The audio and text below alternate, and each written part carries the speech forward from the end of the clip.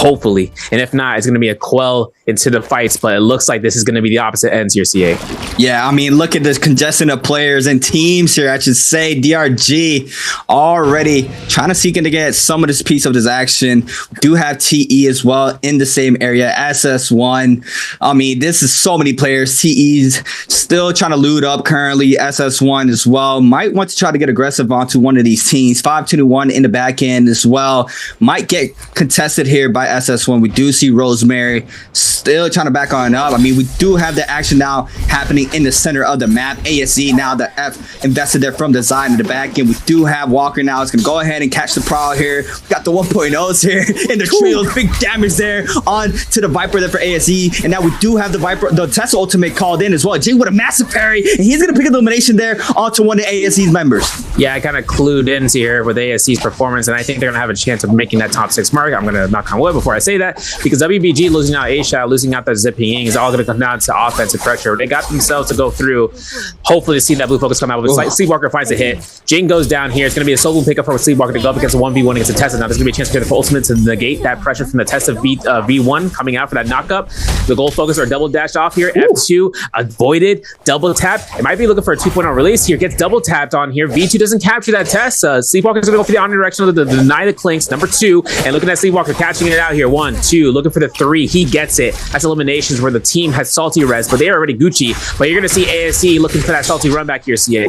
Wow, he got the F3 there on to Walker. He is going to get that big damage there onto the Zod, but the Zod ultimate is still up here for just a couple more seconds with 46% back on that raise. These ultimates coming back quickly, though. We got ASE's Viper coming back in hot with the R&B follow-up there onto Walker, and Walker's going to fall off of this. Zhang now is going to go ahead and invest this Viper ultimate, trying to look for a stun here onto one of WBG's member this time around. He does manage to go through the window, though, and there's going to be no value off of that Viper ultimate, and now it looks like he's going to go ahead and continue the aggression onto Jing here. He does manage to get the damage. Now all 3 party members showing up as well. We do have a parry happening in the back end. Now parry here from Moran there onto the Batar, and the Batar is going to fall. We do have a Tesla enchantment there on the back end there onto the remaining member of ASE, trying to stay up. WBG is going to be wiped out here from ASE, and that's a 2-piece, I believe, there for ASE. They are going to be starting off hot here for game number 1. 5 eliminations, taking it around 17 to 18k gold. This is going to be a good chance for them to find the gear before that circle starts to collapse. JDG taking it into the Firefly cage, so this is going to be way through. They got the Vulpine's essence. They're locked in.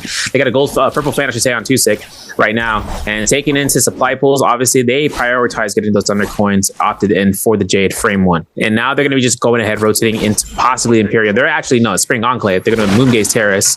And they're going to be making sure that they're set up before Realm Yang. I mean, 1 purple fan might be all you need. Ancient Sake, though, has 5-2-1 in TE contesting. There's going to be 14 from TE having a purple armor, purple great sword, but another purple armor has been picked up. TE is now stacked for the mitigation factor. Leo having that chance of just being able to use his combo breaker, gets the team out here. It's going to be a chance. TE 14 making himself to go through and making sure he can kind of work off of just getting a grapple stagger, because with this coming out here, so yeah, I think it's going to be a good engagement if they can guarantee it, because it's V3 F2, remember, from TE's squad mate from the Viper. Yeah, we do have the Wuchen Viper Tesla comp here for TE in the back end. The Tesla ultimate is already going to connect there onto a comment. We do see him with the tether now. Everybody's going to force out the Takeda here. Big parry from Pampy. He is going to have the F to stay safe there for the time being. Now the Takeda ultimate is going to call in. Viper ultimate here from TE. This is the V3 that Severo was happy to see here earlier. We do see the aggression there onto Pampy. They do catch the Dragon Slayer, but now Yin in the back end is going to be able to return some of this damage there onto TE. The Temi ultimate is going to be vested as well. Now Akame's going to fall off of this. They're staying up for the time being. We do have Yin jumping a little bit low here in the situation. Does manage to stay up for now, but TE now with tons of pressure, and the parry connects as well. And that's going to be the elimination there onto Yin. And TE with a wipeout there onto 521, showing up why they should be able to qualify for the pre-finals this weekend. Now OUG and JDG might be going at it right now. Another Wuchen Viper Tesla comp. Once again, we have a bunch of them out here for our first game of the day. JDG wants no smoke, trying to full grapple out of this situation. It looks like it's going to be a full chase on here for OUG to try to get some damage or some eliminations on the board for themselves. Yeah, we got 5 Viper Lucha and Tesla teams today. In terms of this round, I should say. You can see the assassination process coming through here. Comes out. OUG chasing through here, playing around and seeing about whether it goes through.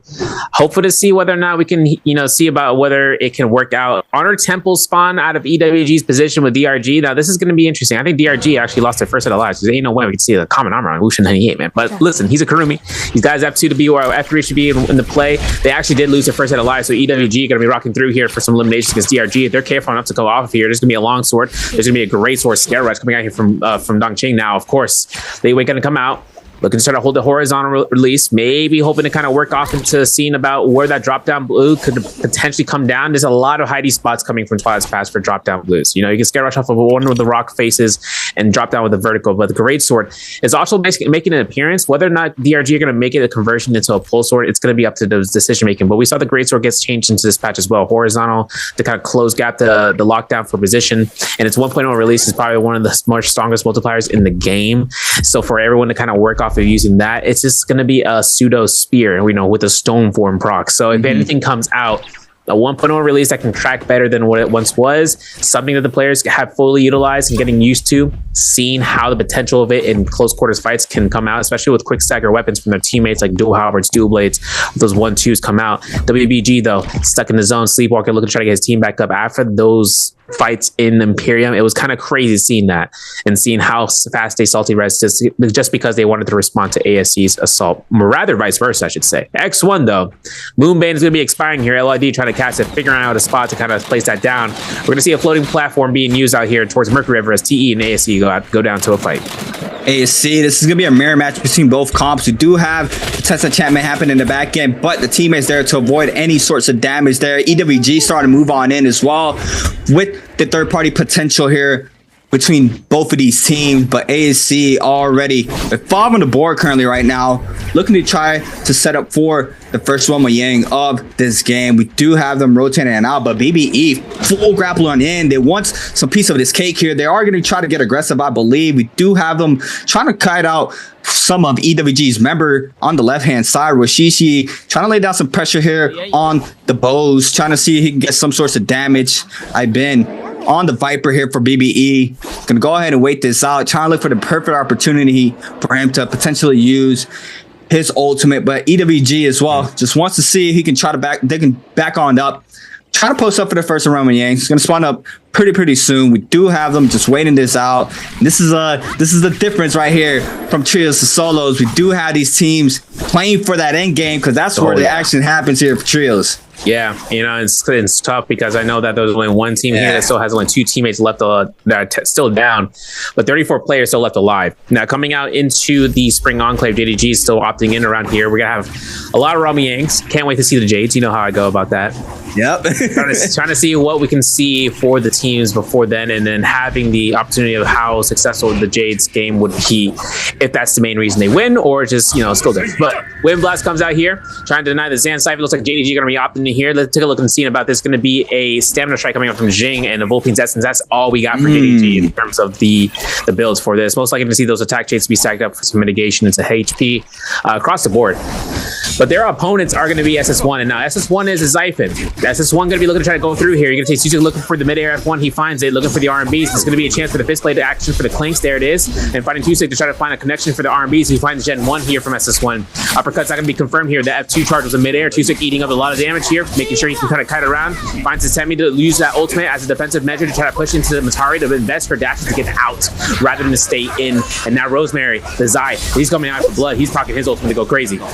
Wow, big pair there in the back end inside the Temi ult. We do have the Zai trying to respond as well. JDG trying to kite out the Temi ultimate. The RB focus there connects there 4-2 onto one of the players in the back end. We do have the Takeda now trying to peel off all these oppositions right now. We do have the damage still happening though. JDG trying to stay up. The raw uppercut connects, but now the F1 called in here for the Takeda. The Zai Rosemary now trying to respond here for their team as well. We do have the takedown now happening onto the Kurumi in the backside. Overholding. Parry connects there. Now big damage off the follow-up. 2v1 can't do much to the backside. The Kurumi as well staying up. 2-2 now trying to stay up. We do have the damage still happening there. Now it's going to be the mix-up for these teams. Now it's going to be 3v1. The F2 there from the Zai for the cleanup, and that was beautiful there for S1.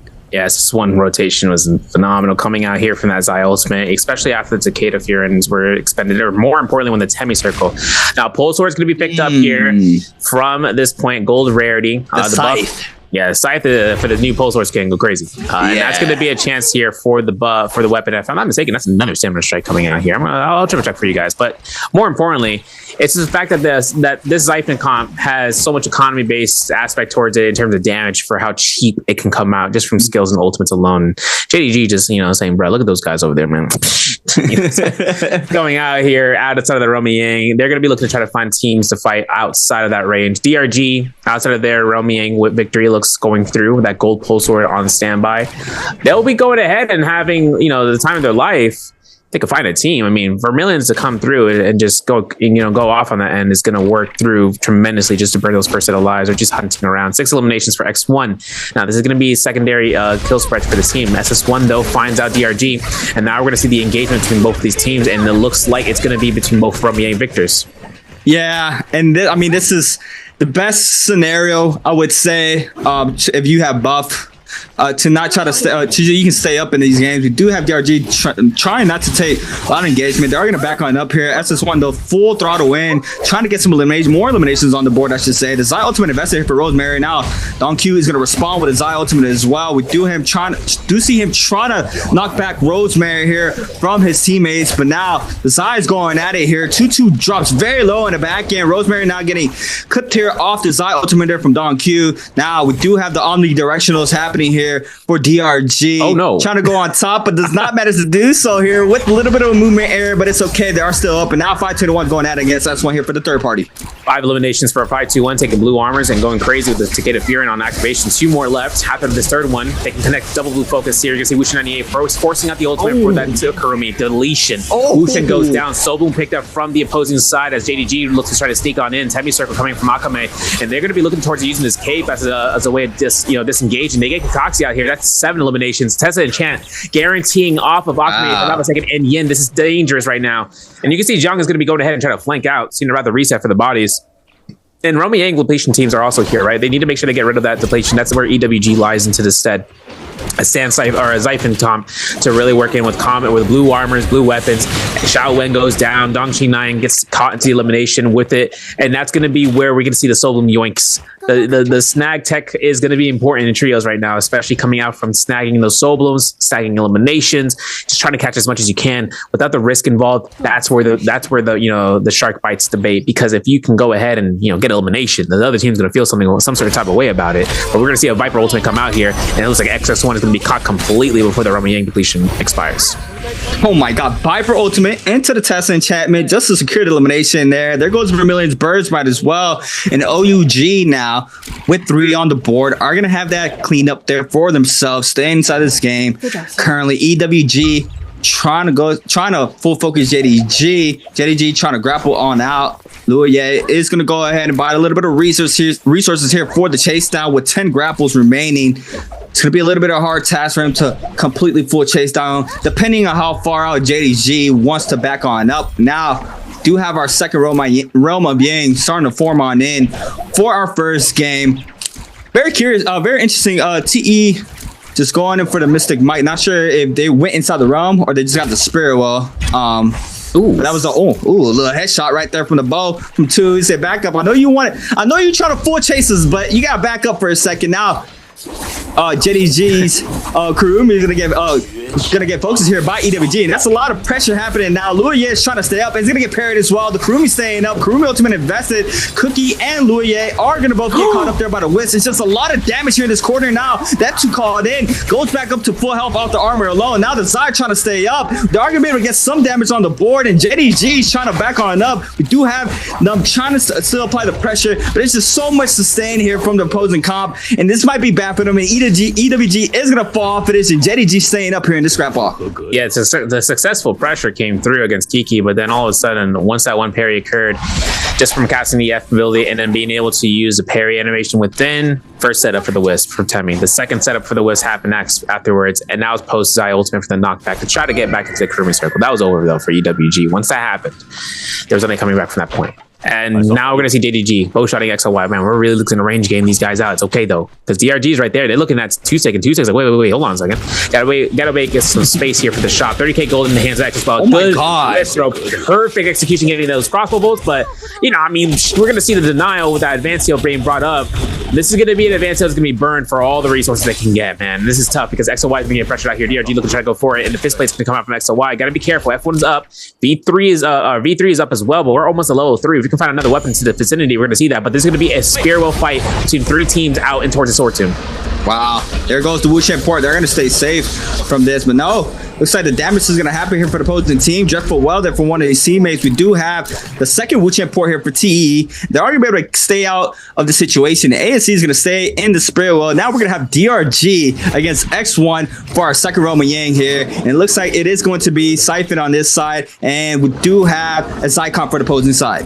Yeah, Assassin's Launch on XLY as well as that advanced heal, but another advanced heal on one of the other teammates, so there's going to be a good chance to sustain staying out here if they can get out of this pressure, because this Zai going crazy. V2 early investment from Dongqing, forcing out Takeda's ultimate for the first time. The F2 comes out from the Zai, making sure we can look for that semicircle connecting into the zone, but the F2 to escape is going to be used by that Zai from Dongqing. And as you can see, XLY going for that reset, trying to catch as much heals as possible, goes for that white health heal.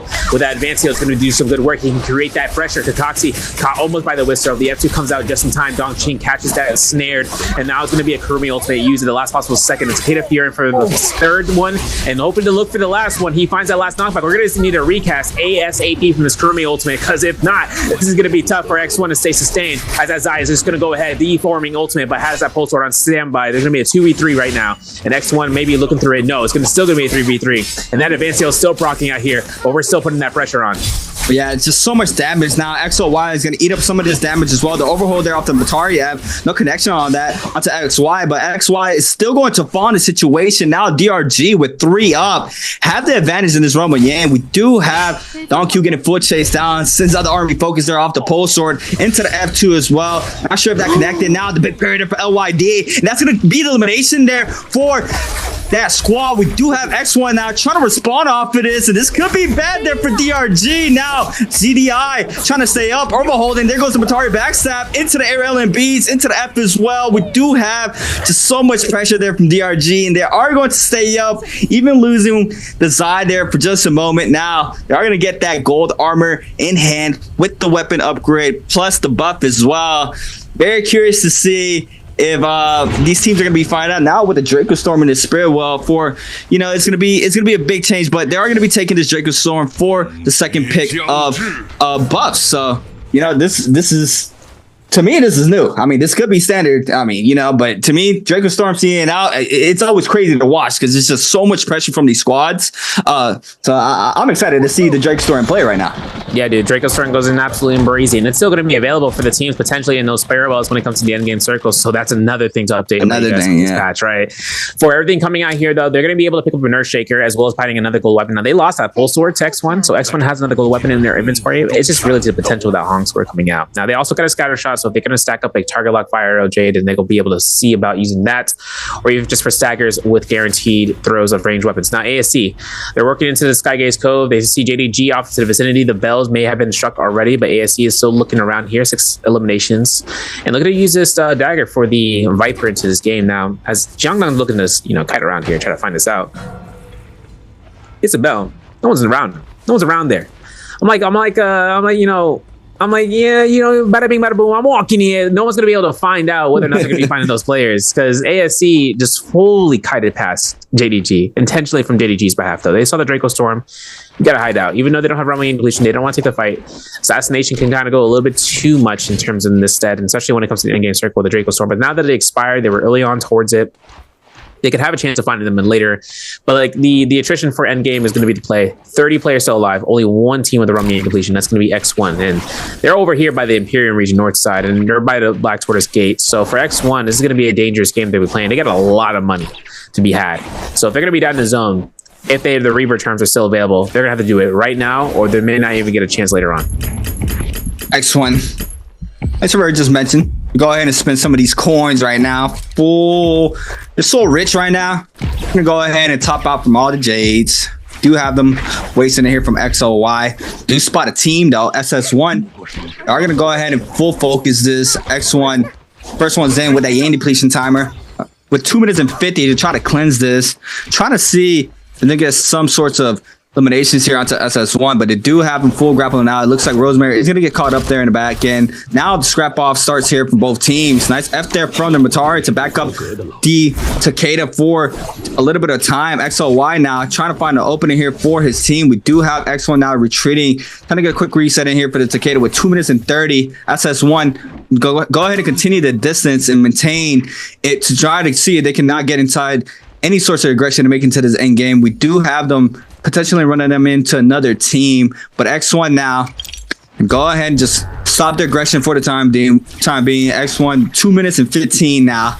The pressure's on. Looks like WBG is going to be the ones caught on. That's full blue armor there for that other team.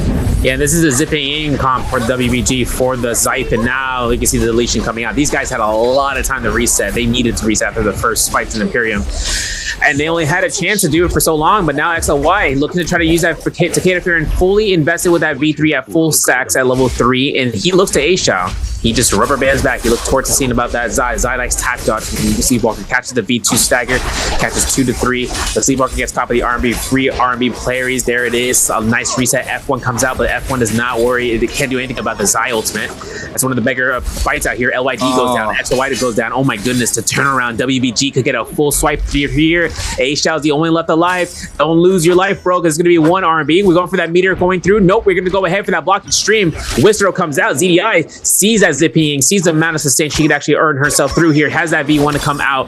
If it's going to be procking, there's the R&B. Oh my god, we're just 1.0ing, huh? And looking for the double R&B. Oh my goodness, we're 1, 2, 3, huh? And we're going to be R&B, and this is where the unexpected comes out here. We're just going to throw the 1.0s, huh? And that's going to be where A-Shao goes through, goes down. ZDI keeps the team alive, but guess what? 2-6 like, hey, what's up, homie? And now it's going to be a chance to see whether or not CDI comes out. But listen, we got a solo on that standby. This is not going to be a chance between the players. 1v3 situation here, CA.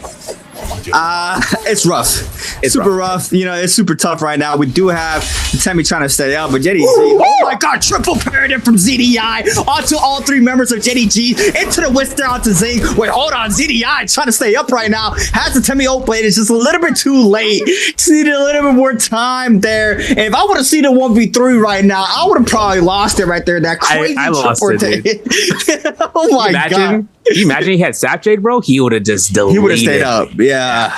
Wow, that was insane there. Unfortunate enough, not managed to complete the 1v3, but I mean, that was a valiant effort. If I ever seen one myself, that was insane there. But Rosemary and Co are going to go ahead and pick up this Spirit Well. Not sure what's going to be coming out of this Spirit Well. We'll see in just a moment here. They're going to wait this out. You know, this is a little trio strat here. You can wait it out. Not too long, though, because they changed it. I mean, before they could have waited this out completely. They're going to have to capture it pretty soon. Do have Rosemary with the Gohong sword. I mean, full jaded out in their inventories right now. Looking to take this first game 1 win for themselves. Now, everybody is going to go ahead and start posting up on top of this rock. DRG. I believe I saw ASE as well around. BBE just dropped down. Do have the contestant of the top side of this rock as well. We do have Don Q who's going to go ahead and just back on up. ASE is going to bully them out. DRG is going to go ahead and rotate from this area. BBE, FPAZ, Q's in the mix as well. SS1, Rosemary already with the Zai ultimate online. The Wuchen port there to make sure they stay safe. They are going to be able to reposition off that as well. But no, I mean, this is it right here. This is where the trio shines. We do have Zone 4 completely spreading. And look at the contestant of teams here. Everybody posted up in this area of the map. Yeah, taking it into the Skygates Cove Cliffside is going to be the case. Saw a lot of Jade selections coming out here. I saw some Catalum, some Beth Descents from both those Jades in the hands of DRG. And then actually seeing Tuna, Blistering Edge to kind of work off of that if they actually find a usage. Now, Earthshaker, like I said, debatable. But Cloud Weaver definitely going to be one of the more susceptible Jades to be used. It's very strong. It's range blue focus. You can capture somebody in a Vortex. And that comes out in more ways than one, just dishing out extra damage. Now, I like seeing this endgame circle. The Moonman is going to grief out if someone decides to hang out here, because you can see FPX, JDG, SS1, 521, BBE, DRG. They're all right next to each other. This is going to be where the last final moments. 21 players still left alive, just trying to stay out here. White Tiger's Proud is going to be one buff in the hand. Not going to be any chance here to staying up there. That's an Aurora burst. SS1 Rosemary realized that. He's back in the way. White Tiger's Proud for another 50 seconds for this team. BBE is going to hold down this building. This is dangerous. Moonbane strike right there. Flat Fatmo. Seeing about trying to deny those range shots. You can see Soul Sash coming out from Roichichi. Boom! There's a Moonbane strike coming out here. Now Now it's going to be Fat Milk looking to try to keep the team sustained here. F1 is not up just yet. A lot of range shot swarms, cannon shots. There's the F1 coming out from the shield walls just for a couple of seconds here, because you see 521's at the shot looking to try to go ahead for some investment for cost of supplies, or even for any sort of jades that can try to purchase out straight up. And as you can see, DRG, they're going to be trying to rotate out here if they can. They got the most gold armors, I think, of any team in terms of the selection. So for right now, holding down this fort, it's going to be a tough task, especially when there's another Xiphon pair coming through and a Cloud Weaver spin like that. Could be a dangerous game for them to play into. Yeah, this is both Zycoms going at it right now. We do have Tesla Ultimate invested there from a third-party ASC in the back end. Rosemary trying to stay up, trying to claim the Spirit Well. We do have the champion connecting there, but the teammates there to avoid any sorts of the range damage. But JDG in the back end there with a repeating crossbow is going to be able to get some sorts of damage there onto the Matar. We do see them still applying the pressure off that repeating crossbow. Don Q still in the mix.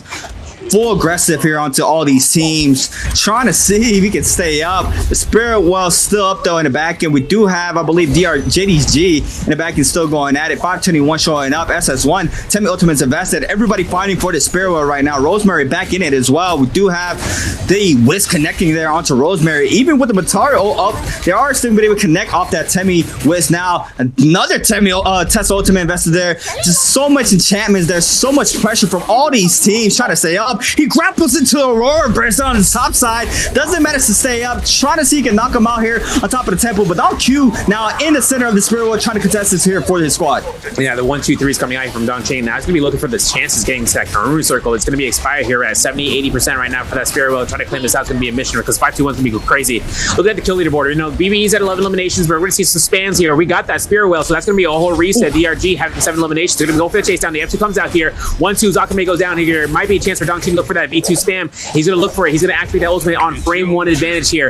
And look to try to see about whether or not the targeting look for an ultimate cast to kind of go for the confirmation. Sanzi gets caught and 1 hit left through the V2. There's the burn. There's elimination. There's White Tiger's prowess. You can see the hit's going to be coming up to the vicinity here. And as you can see, Skygaze Cove has a lot of crooks and nannies here, or nooks and crannies for everyone to kind of look around and try to scare us, try to escape. But once you get locked down from the team, especially from a Zai, that's where you're going to have to force abilities, use ultimates, and try to get out there before you get caught. Yeah, but the pressure here from DRG, they have the White Tiger's power. They want to see they can pick up as many eliminations as possible while this buff is up. We do have Junex here trying to back on up. The Viper ultimate is going to be invested here from FPSGQ. How many Teslas or Viper stuns is he going to connect? He believes he does connect onto several players on the backside, but he's going to use it to retreat. Don Q still in the mix though on the Zai. 68% here on this ultimate. I feel like I just see him ult like 4 times in a row already. He's about to get it right again with 80%. They aren't going to be able to retreat off of this. Aurora Burst still on the top side from JDG, claiming the top side of the zone. Zone 6 already about to fully close halfway through, and now all these players getting active here in the end circle. Just so much pressure here in this corner. We do have another Tesla Ultimate invested there on the bottom side. Now ASC's Viper trying to stay up. The champion connects there onto the crewmate there from the big barrier there from JDG or DRG. Now they're able to retreat, and now they're gonna go ahead and pour up to the top side as well. Now the contestant on the top side is gonna go ahead and regress here for all these teams. A lot of a chance coming back and forth here. ASC Zhangdan looking to use that F ability to get that knockback. Aurora Burst on the backside. B1's activated. Shaun's looking for that massive stun into this potential for that BB. I've been hit, and he doesn't get enough damage here. The Assassin's Lunge attempt comes out, but guess what? Tusik has Assassin's Lunge as well, and he's going for those Takeda Fear and Blast. An explosive 100 seconds left on the clock here. We're going to have a chance. B goes down here. A Soul Bloom pickup for Tusik is going to come out to play. We're going to have around 16 players left alive on the field of play with Rosemary here about to have ultimate back up. There's going to be the ultimate cast for that knockback, trying to secure an F2 into the corner. All the knockback, all the burn, the cleanses come out from that Kurumi ultimate as an insurance policy as Rosemary puts on that pressure. 1-2s into the 3s and making sure he can have the chance for that V2 and looking for the connections. Goal focuses, doesn't matter. Dongqin's getting cleansed, but 1-2s into that corner to the 3 again. He's going to have another ensnared in a second, and that's going to be Matario to reset the F skill. Rosemary kites around here, and there's going to be a chance where he can try to utilize that Roar Burst from Zhang 1 and captures a knockback, and that's going to be another player down. And then 2 is down, but the Soul Boom picks up. Rosemary just trying to continue this pressure, man. Man, Rosemary staying up in that situation is crazy. The Kurumis just do wonders for these teams. You see them with the sustain there in the backside now. Another rare burst here. He isn't able to cancel it to stay up. Does not want to get third party there for 521 in the back. And we do see the pressure now potentially going towards JDG's way. Pampy now with the aggression there onto Fat Map in the bottom side. We do have him dropping down. Gets the damage there off the fan. It looks like 2-tick is going to fall for this situation here for JDG. Another Viper ultimate investor here from June. Now, he is going to be able to get the stun off onto Rishishi. Go ahead and drop down. Oh my god, gets the damage there, but not the full damage. Rosemary does manage to pop the Zai ultimate. Now, lots of players on the bottom side trying to go kite'd up here to stay inside the zone, but his zone is just so small there. Look where it's ending, right on the pillar. Nobody able to stay up in the middle of the zone. Pampy trying to stay up. He does fall. BBE all eliminated, and JDG Zing here being the last one standing, and that was a crazy game one. JDG with 9 on the board. I believe they are going to be taking the MVP as well with the multiplier, but what an insane game here to start off the last chance qualifier. Yeah, I've got to see what happens. I think there was a tide, meaning that there was no multiplier game, which means BBE's 16 kill game. That's crazy, right? And I mentioned this. Their strong comp being that Viper Wooch and Tessa, they popped off with it, man. They were slow rolling in terms of the builds and working out. When I saw them in that building, I was like, there ain't no way, bro. Ain't no way to survive. Survive, man.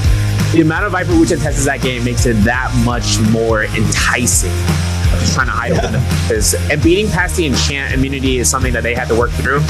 Of course, I mean, like once again, everything on land is different. Could be able to, be reactional off that katana change. But now X1, one of the teams, one of the many teams landing Imperial Village. But we do have FPX CQ going out against BBE. A little bit of smacks here. Everybody with no weapon in hand. It's gonna be straight dukes out for all these players in both of these teams. Oh, there goes with the weapon. Oh my God, big parry there from June X there onto Ivan. He is gonna fall for that. Now to the F finish there onto Roshishi. Now FPX CQ staying up here for their off drop fights, clearing out all 3 members of BBE, which have won game number 1. Now TE chases down X1. X1 is trying to get some loot back up. ZDI by himself finds a blue armor. TE not going to be rushing this one down. We got F2 still. No grapples on Wash. Have blue Hong sword. Common pistol. Going for some pelt shots here and there. And this is going to be where, chase down comes out. Leo might be caught out from one stagger to alone, but the pistol shots come out here from Wash to try to create that point of just like chipping away the HP. Cannon shots, though, a bit of a dangerous game. There's going to be the silence coming out from Wash. Wash cannot do anything here for the next 8 seconds. Finds a nice armor swap. Nope, going to be a chance for the broken armor. Clean comes out here. Wash is going to look at the whole check here. Gets caught with the 1, 2, 3. He's going to be going for the blues. Look for a tap dodge. It's the F2 knockback. Gets no confirmation of knocking back that Viper. And that's going to be eliminations as a test enchant comes out and connects both hits.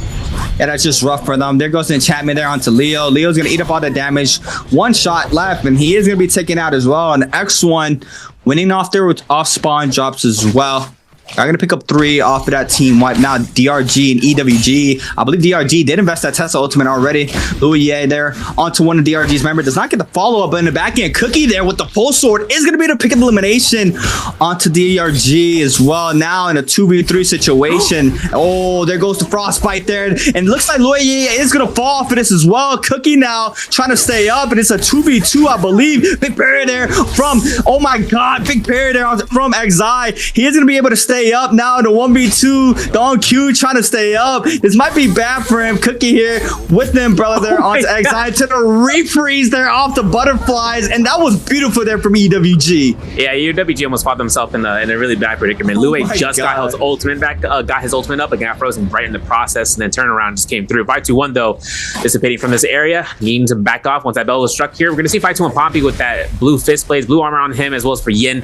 Tank Courtyard having a chance here. We're gonna see a bit of a tassel with that Moonbane as OUG Xingyun, purple dual blades, I should say. Blue armors across the whole team instead, and having a nice chance of picking up the attack shades along the route. So that's good. We're gonna see them be able to build that one out here. X1 though, oof. I don't want to look at it. Oh no. See that got caught into the mix of things and then got into his test enchant, and now the silence from JDG Xing just to, insult to injury, you know what I'm saying? Oh my God, that's super rough. XOY with a massive parry, but it's just a matter of time here with 3 players on his trail. 1 stagger is all they need. Overholds into the 1 hit there for the elimination. And JDG now with their wipeout for their off drops are going to be able to stay up in this situation. Now, players going to start respawning in different locations now. 2 teams down right now, DRG and X1. X1 do manage to get a team wipe, but DRG only managed to pick up 1 OUG. Now, gold pole sword here for SS already with a crazy weapon off drop, and right now with everybody with blue armors, potentially even common armor still, he's gonna be able to shred through all these players here on the Matari. So go ahead and try to shoot out the bell to try to get some information. I believe there's nobody posted up right here, so it's gonna be a full zone here for OUG. Wow. We're get a longsword too, bro. Crazy. That team, they're gonna be stacked out of their minds coming into the first round of Yang. And JDG now taking fights. Test. I can't believe I just realized Jing activated ult after the test enchant confirmed hit. He can't do anything about that. He can't do anything about it. The time that it takes for Viper Ultimate to come out after the test enchant procs on him, there's no way for the sun to come out here. If he had V3, different story. But there's gonna be the silence coming out from the jump parry potential. Nope, Jing's gonna be held check. Oh, we're gonna be going for the parry bait between both sides. Kiki gets caught to the enchant. Now it's gonna be probably processed out here, and the test enchant called the Amber Alert because someone's missing out from the team fight. He's gone though. Zing is out. Pampy does manage to get one on the board in as well. That's 2 players down there for JDG. But 521 now. Gonna go ahead. Pick up the resources there from those dead bodies. SS1 going out against WBG, right? We do see WBG trying to retreat, but SS1 already in the scene. Walker on the Takeda. It's going to go ahead and call in the F into the Takeda ultimate as well with the big damage there onto Rosemary. R&B focus, and the last hit there from Jing there for the elimination there for WBG. And SS1 now is 1 player down. You know what's crazy about Sleepwalker? Baited out the F1 into Takeda Fury ult just to come out in the face of it. Yeah, that's a big just like, oh my goodness, 1, 2, looking for the 3. That Wu Chen port down, meaning there's nothing to keep him alive here much longer. That Temmy kind of created this death sentence. Whole check of Destiny coming out here. There it is. Parry like that. That's an immediate elimination. WBG clapback game coming out here. 3 eliminations coming through. Looking for number 4 though. If we can try to capture out, because Gen 1 is going to be playing out the R&B game coming out here from the fan, but you know the pole sword action comes out, let alone for just chunking away that armor and health.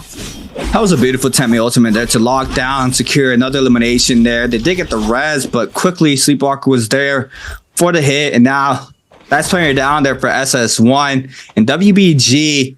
Nice cleanup there onto SS1. Now ASC still trying to pick up more resources, trying to set up for the first Roma Yang. Do have the Takeda with the purple fist blades, all full blue armored out here for ASC though. I'm gonna go ahead and see if they can pick up more materials in this area. It's just a little bit of a looting game here for a lot of these teams. Post or prior Roma Yang do have DRGs. Viper still with common armor, trying to see if he can find a better upgrade to be able to have a better armor. There it is, a little blue armor. It's gonna be a little bit of swap there from the Witch. Never mind, they want the blue armor on the Viper. Got me, but at PSZQ with purple armor, the Zaping, and purple nunchucks as well. And this skin right here, I think they're all purple now. Yes, they are. Everybody has purple armor. Man, this eye skin, I'm not gonna lie, this is just definitely my favorite skin right here. Right? Capital P-E-A-K? Yeah. Yeah, put it at the top. Tier list. Where's the tier list out there for the skins? I know that's going to be an indefinite list. That's everything. Oh yeah, for sure.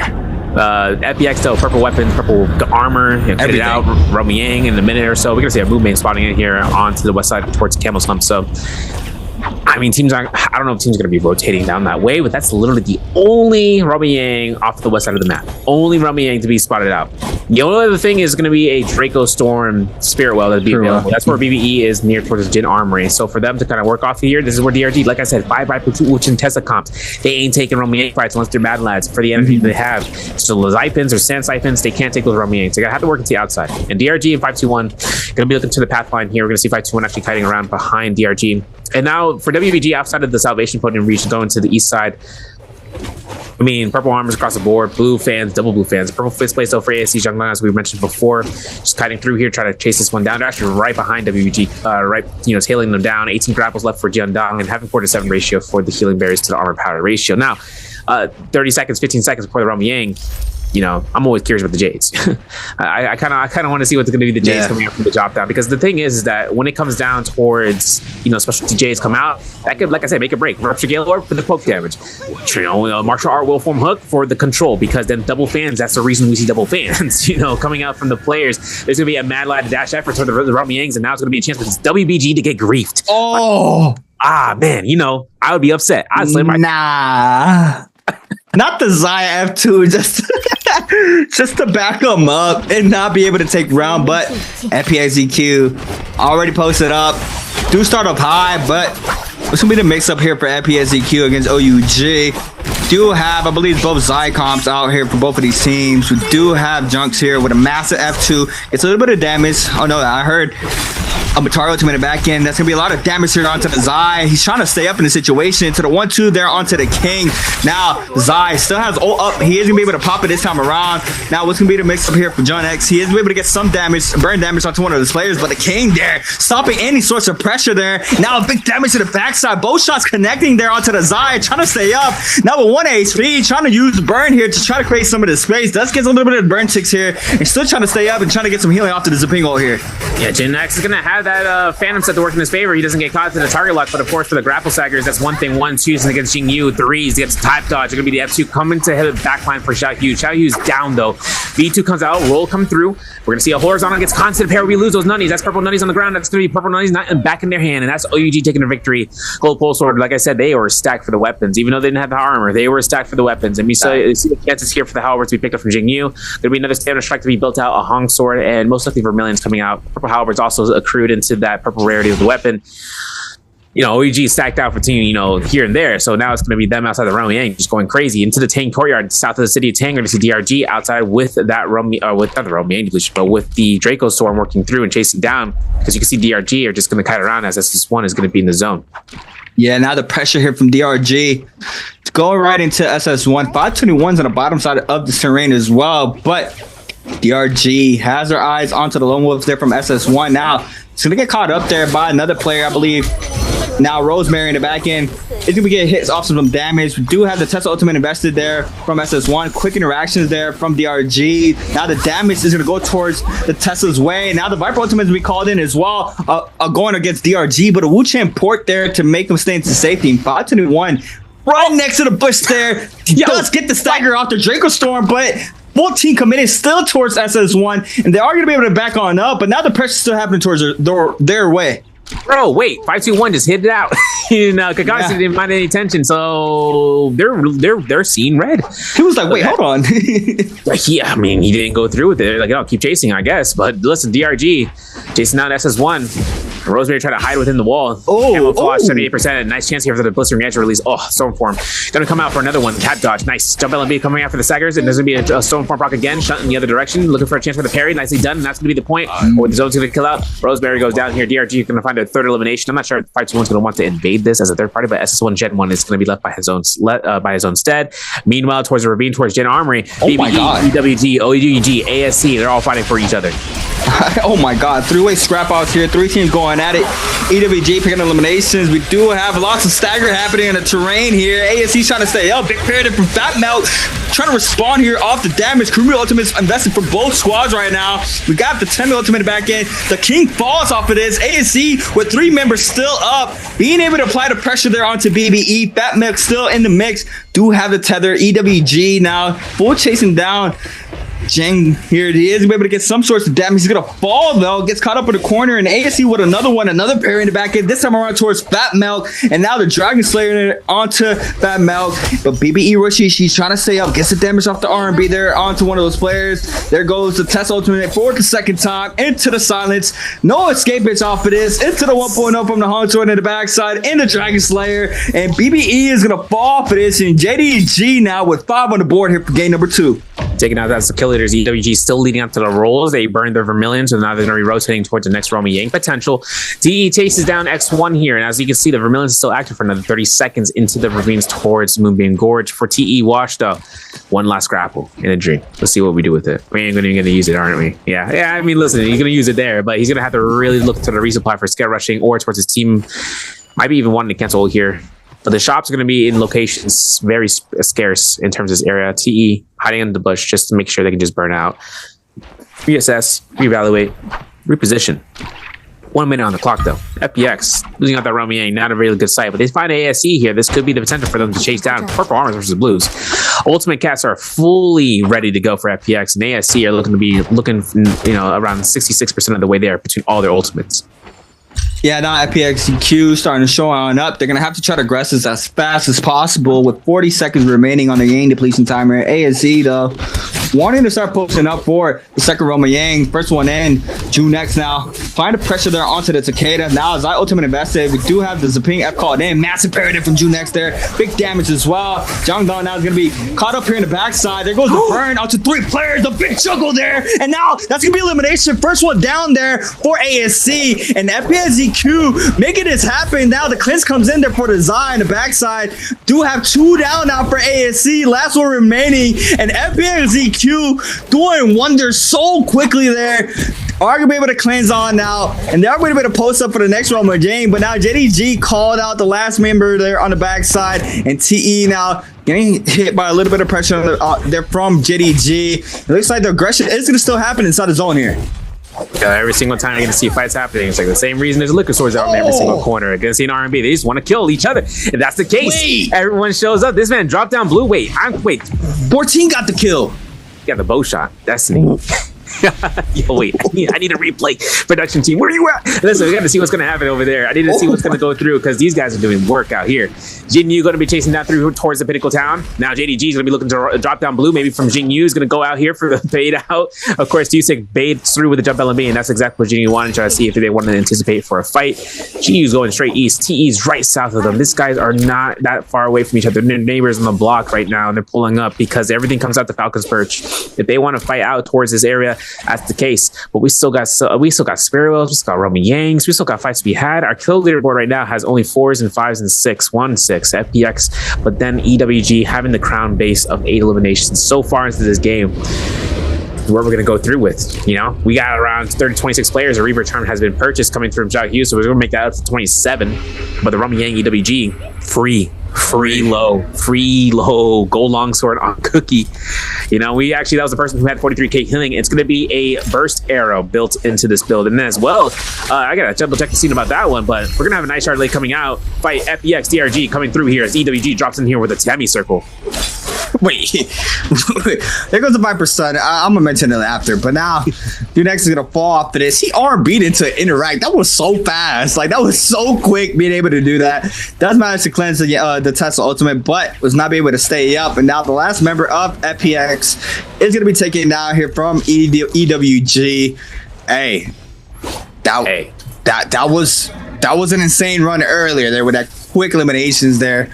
But still now EWG with the Draco Storm do have WBG with the Mystic Might. He's gonna go ahead and buy up some of these resources. Exile here with 12k. Gonna go ahead and just buy up more of these jades to see the dark coins just falling through now. Do have gold fan in hand here for EWG's Luoye.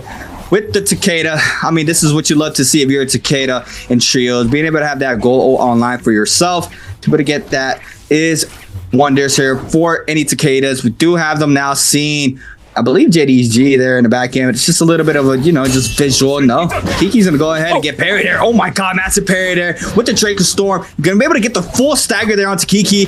Nowhere to be able to go. Trying to stay up in the situation to the 1-2 and exile with the last hit there for EWG. And now EWG with 9 or I believe 10 on the board here for game number 2. What is showcasing from them, and this is exactly what they need to try to bump up here from this scoreboard. Currently in 10th. Yeah, dude, 10 eliminations bringing out here. I saw that yoink from TE from earlier. Yeah. So he just put that pressure. I was like, man, look at that. That thing was clean. Now they got beef. Now it's going to be a chance for Team OUG right now with the Hong Sword. It's going to be gold rarity for Jingyu still to his hand. X1's going to be going toward the Fed Lake. This is going to be where Ballista Gaming could be potential for me, EWG Cookie. I see him on the Ballista Tower.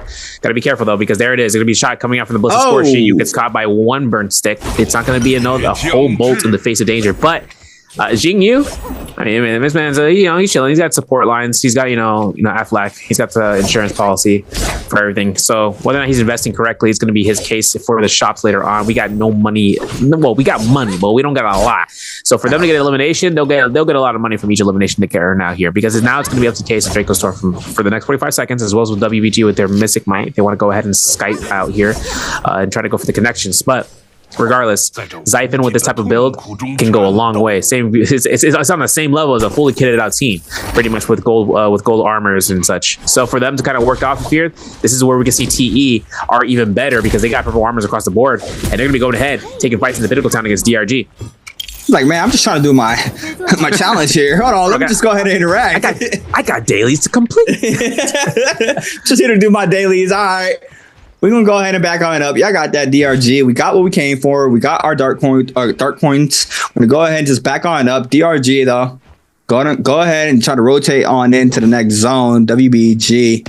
They are gonna be able to, oh, we got a little bit of resurrection there from JDG. They're gonna get one player back here from their squad. Still losing out on the Wu Chen though. So gonna have to wait and see how they can respond off of that. But WBG.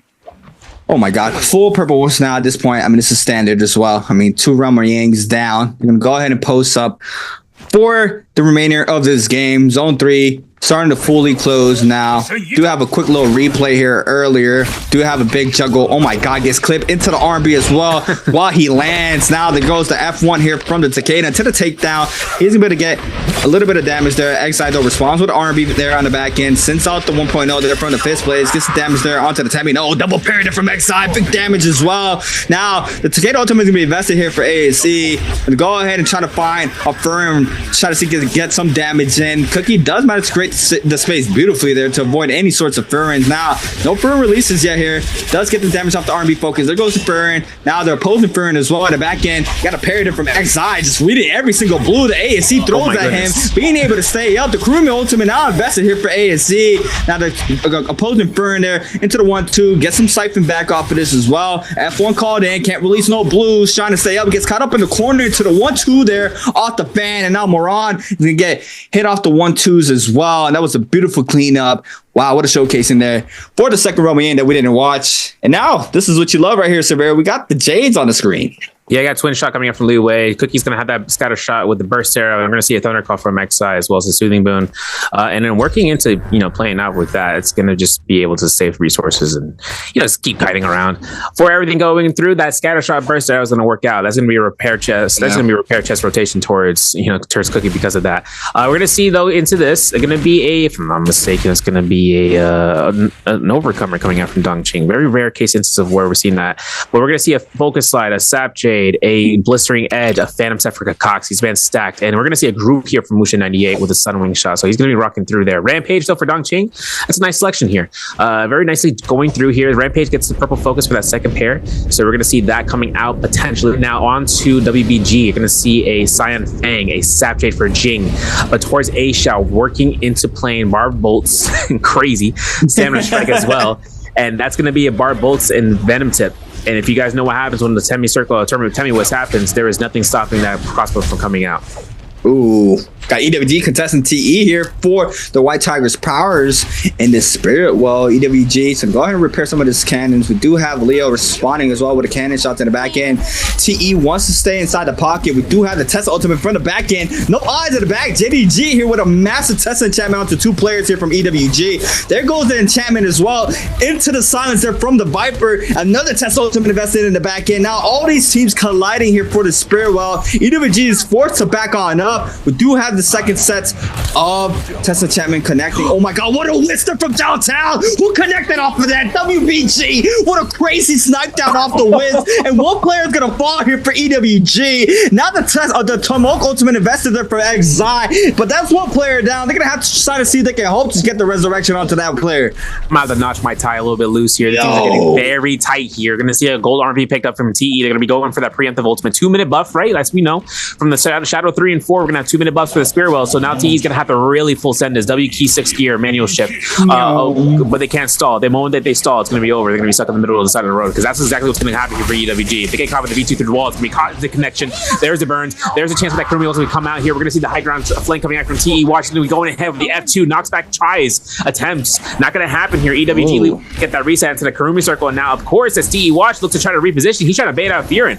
Coming out here from Li Wei. He's going to go into the sky. He's kiting around here, but we got a secondary ult, folks. We know this is going to be the case for TE to want to try to rush this through if they need to invest it. It's just so much pressure being able to contest that Spirit Well. Capture the, you pop the ult and getting a second ult. It's just a lot of pressure here towards EWG. They are going to be able to pop the no ult zone. Nice repositioning there from EWG. Reading the second sets of ultimates here from TE, dropping down Jays there from the squad as well. We do have EWG staying up there from the pressure. They are going to be able to go ahead and live out this last and final moments of this game. Zone 4 starting to fully close. They're going to be pushed out inside the zone, and TE looks like they're waiting for them right now. They know exactly they have no ults up, and Wash, the first one in here for TE, trying to see if he can hit off the F2. Does manage to do so to the into the army. Focus there off the fan. This big jump goes in the back end. Elevate focus from the pole sword, and N9 just getting completely shredded there in the zone, and that was disgusting there from TE. Wash there, applying the pressure there onto Exile. They're going to be able to pick up the elimination there. Now the Wuchen ports out the opposing team, but TE here with the pressure here for this last final moments of this game. These guys ain't stopping, man. They got themselves going through move bang, double dodge coming out from Jing to kind of go ahead and no stunning because of that Viper ultimate coming out here. Now Jing's on a recipient end of another Viper. Scare rush into the sky, trying to create distance. He's safe, but his teammates may not be. And looking for that Wuchen port comes out from Clutch from Kiki as that team's going to be backing off here. But guess what? It's going to be WBG. Now WBG going to slam down here for the pressure. Second number 2 comes out. The Tempe circle comes through. They're looking for the blue focuses for the verticals as Jing gets a little bit of the high ground position. UFC Sleepwalker gets a kill against 2-6. That's going to be a soul boom straight to Takeda's Furin's pocket. And now Sleepwalker going to go ahead. 6 eliminations for WBG. Jing gets caught by the R&B from SS as that elimination comes out. And something to know about WBG. A-Shao has group kill. He can keep the team sustained throughout these fights. But Kakashi looking to try to opt in for this Forbidden Cage or for the Firefly Cage off into the top set of this hilltop. We're looking towards this Mystic Might to see if they're going to be looking to that rotation because DRG are going to be trying to protect that and try to keep this high ground to their own. Hey, Jing. See that? I was waiting for WBG to show up to the screen because I was trying to see who the Temmie was. That boy got the snipe downs with the Wiz earlier. That was disgusting. That was just filthy there from the Tomoke there from WBG. But TE Wash now back at it again, recontesting TE. Try to see if they can claim this second set of Spirit well. And to go ahead and post on up. I mean, full kitted out. We have gold armor here for 2 players for Wash and 14. Merciless as well for one of the staffs. Wash is going to go ahead and just wait it out, trying to see, get some eyes here for their team. Do have some players getting eliminated. Cookie gets taken out there from one of OUG's member. And currently right now, TE with 7 on the board, WBG with 6, as well as OUG, JDG and DRG with 5, X1 and 521 with 4, EWG get eliminated with 10, FPSDQ with 6 as well. So it's a lot of eliminations is still on the board for those teams, but still right now, trying to see if they can try to take a MVP right now. TE and WBG super close, as well as OUG in kills against one another. But Wash and Co are going to be able to go ahead and claim this Spirit well. Wash already popping his ultimate once again. We see him trying to get active off of this alone. Wash trying to find an opening here with the Mystic Might in play off the Spirit well. Being able to not make sure they do not climb this terrain. Wash is using this high ultimate here, omnidirections, to make sure he can just get no sorts of pressure towards his teammates. But now the ultimate is being invested in the back end. That's lots of burn damage there for Wash. 3 players from there from WBG, and they're going to be forced to drop on down here from this terrain.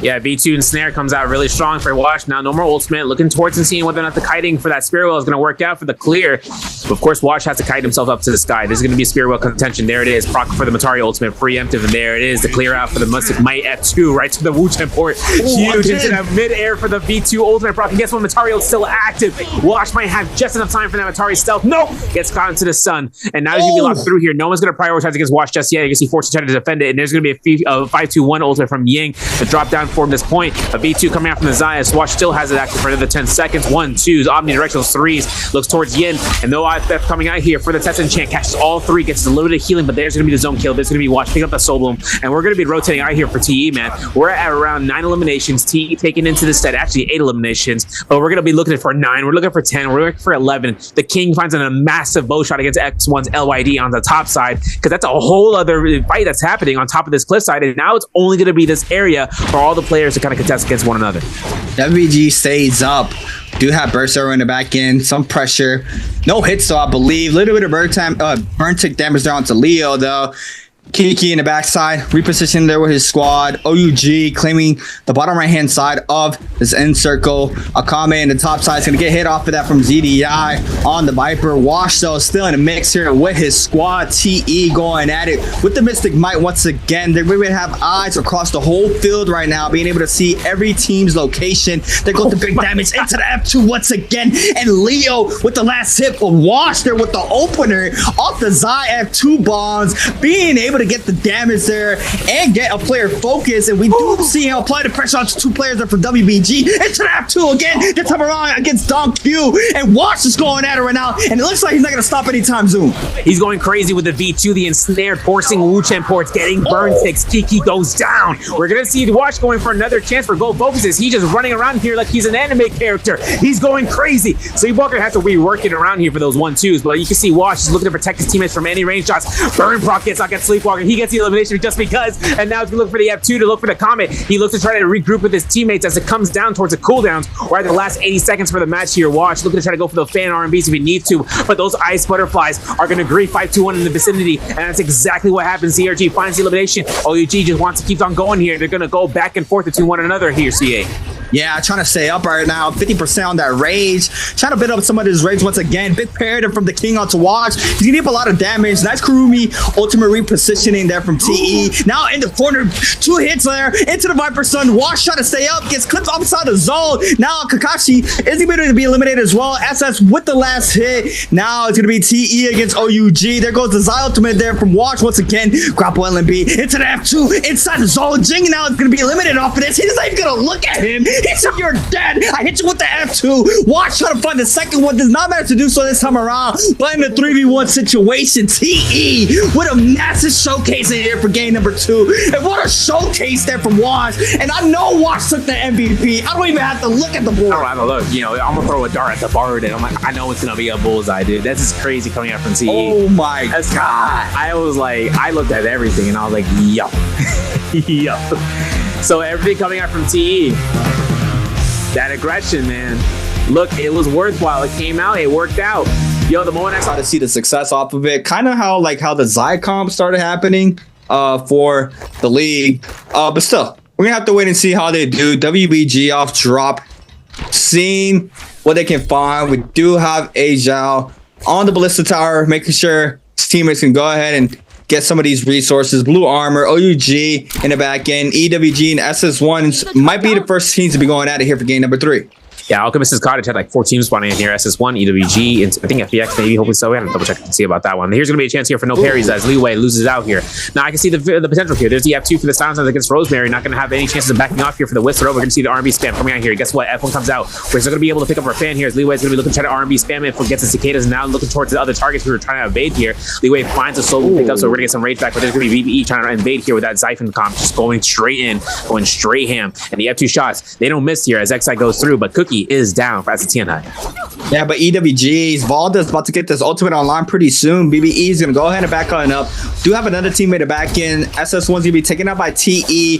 Do have a 3-way scrap off now. Whis, it's not connected back in. Rosemary now is going to go ahead and invest his Tumult ultimate, potentially getting the resurrection here, but Leo quickly taking out 2-2 there. They are going to be able to get the elimination. Leo now going to get caught off the 2-pick off Rosemary, but Roshishi coming in hot there for the elimination. And that's a third party for the third party there. And what a showcase here for BBE.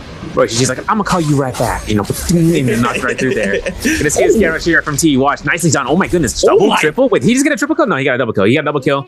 Looking towards that, TE's gonna be finding themselves 5 eliminations off rip. That's a lot of gold. That's a lot of money. They're right now at 24 to 25k in terms of Dark Tide coins. So you can go for purchase for movements if they can, but they probably sold out right now because OUG is Zest Winery, JDG taking fights over here. Maybe looking for a clink number 1, looking for the F2 for the Sackers. JDG 2-6 trying to look for the background here, but he's top of that semicircle. Now there's the first movement, as I mentioned. RMB's the RMB. Oh my god, jump LMB. That's Jingy going down here. That's a solo pickup. 2-6 goes straight through here. So he hears the Cicada Fear and Harry denies it, but of course that movement is going to be coming through. 2-6 going to knock it back. He's going for the RMBs. He's got ultimate. He can lock this down if he wants to invest it, but he's going to probably hold out for F2. There it is. There's another parry coming out from SS. SS is going to have that Fury to come out. That Kurumi tether is going to be going crazy if she can find it. But of course, looking towards this, guiding around here, the ultimate proc comes out from Tusek. He needs to get this kill right now because Cicada is just going to be guiding around here for as long as he can.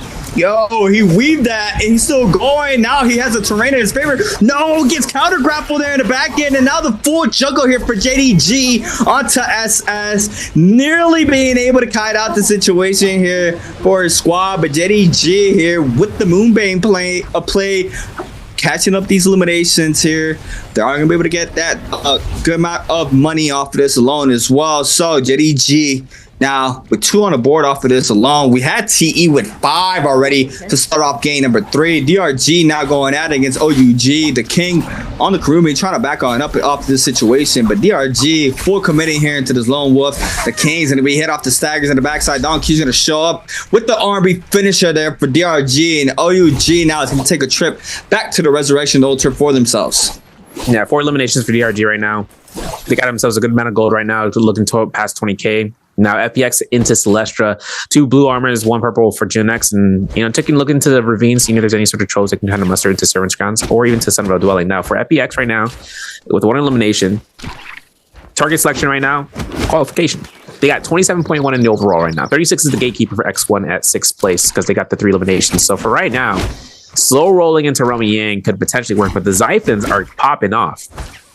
From taking into the fights, from taking out the Xiphons from BBE and X1. So for right into that moment, if they decide to take Romy Yang and they fight a Xiphon that is somewhat lucrative in their gear, then things get a little bit dangerous for them, because if they don't deal enough damage, guess what? V1 Matari out sustains, the Zipping potentially comes out because there's no burns on Sand Siphon, so that's just going to be the point where the healing comes out to full value to the investment. JDG though finds SS1, F2 to the sky as Rosemary burns up the F. This might be a chase down, but this might be a quick eliminations unless we can see a turnaround here from Takeda.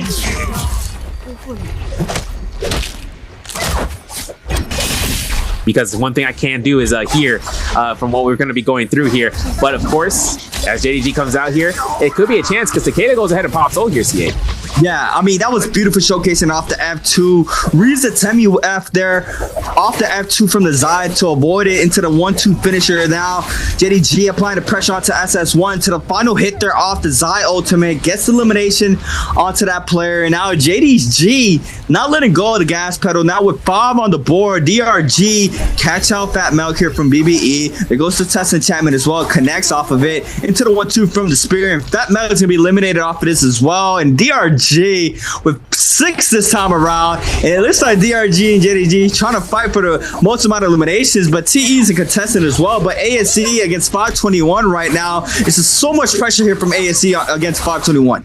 Yeah, and they're over here towards this area. Of course, F2 comes out, the knockback comes out clutch. Youngdon looks for that V1 usage, but we V1 Wuchen port the heck out because that Matario came out. And now 521 going to be looking to try to go ahead for the investment for Chase. I'm not too sure because look, as much as the F2 gets invested there for Akame, you can see it, he still has his opponents here to just go ahead and kite out. Test and Enchant will be up at any point in time right now. So for 521 working out to the investment of this Chase, just looking to loot up instead, looking to reset going through here. But of course, taking the chances here.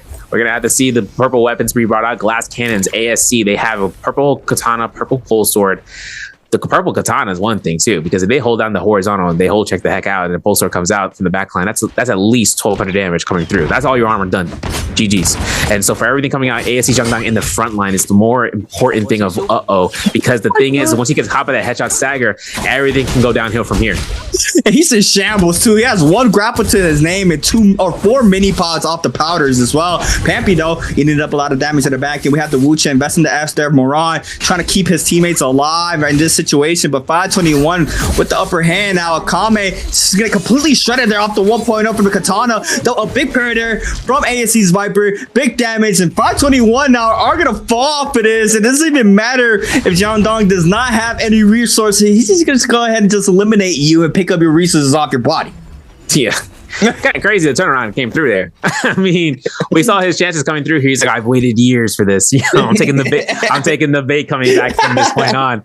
And so for everything coming out from that aggression working in his favor, just came out full clutch. EWG still looting up. They lost their first set of lives, I guess against with XI and Cookie going down. Remember, we've seen that earlier for this off drop spawn in Alchemist's Cottage. But double purple armor, purple fist blades. I mean, they got that Ephemeros region down unlocked for the loot. I need those. We're gonna have to see with those. You probably talk about the battle pass, taking that to talk about the skin. I really want to see the matte boxing gloves though. I'm gonna be 100% on. I'm still waiting for the boxing gloves. Yeah, for sure. That's that was like I'm pretty sure a lot of people talked about, boxing gloves, especially with the Aqua skin, right? Like being able to have some boxing gloves and playing Aquas if you have that gold skin, just beautiful showcasing. But now, first Roman Yang here for game number 3. Teams are posted up. TE already in the round gate. We do have JDG. Might be giving up a little bit of love pokes there onto TE. EWG starting to move on in. ASE is well posted up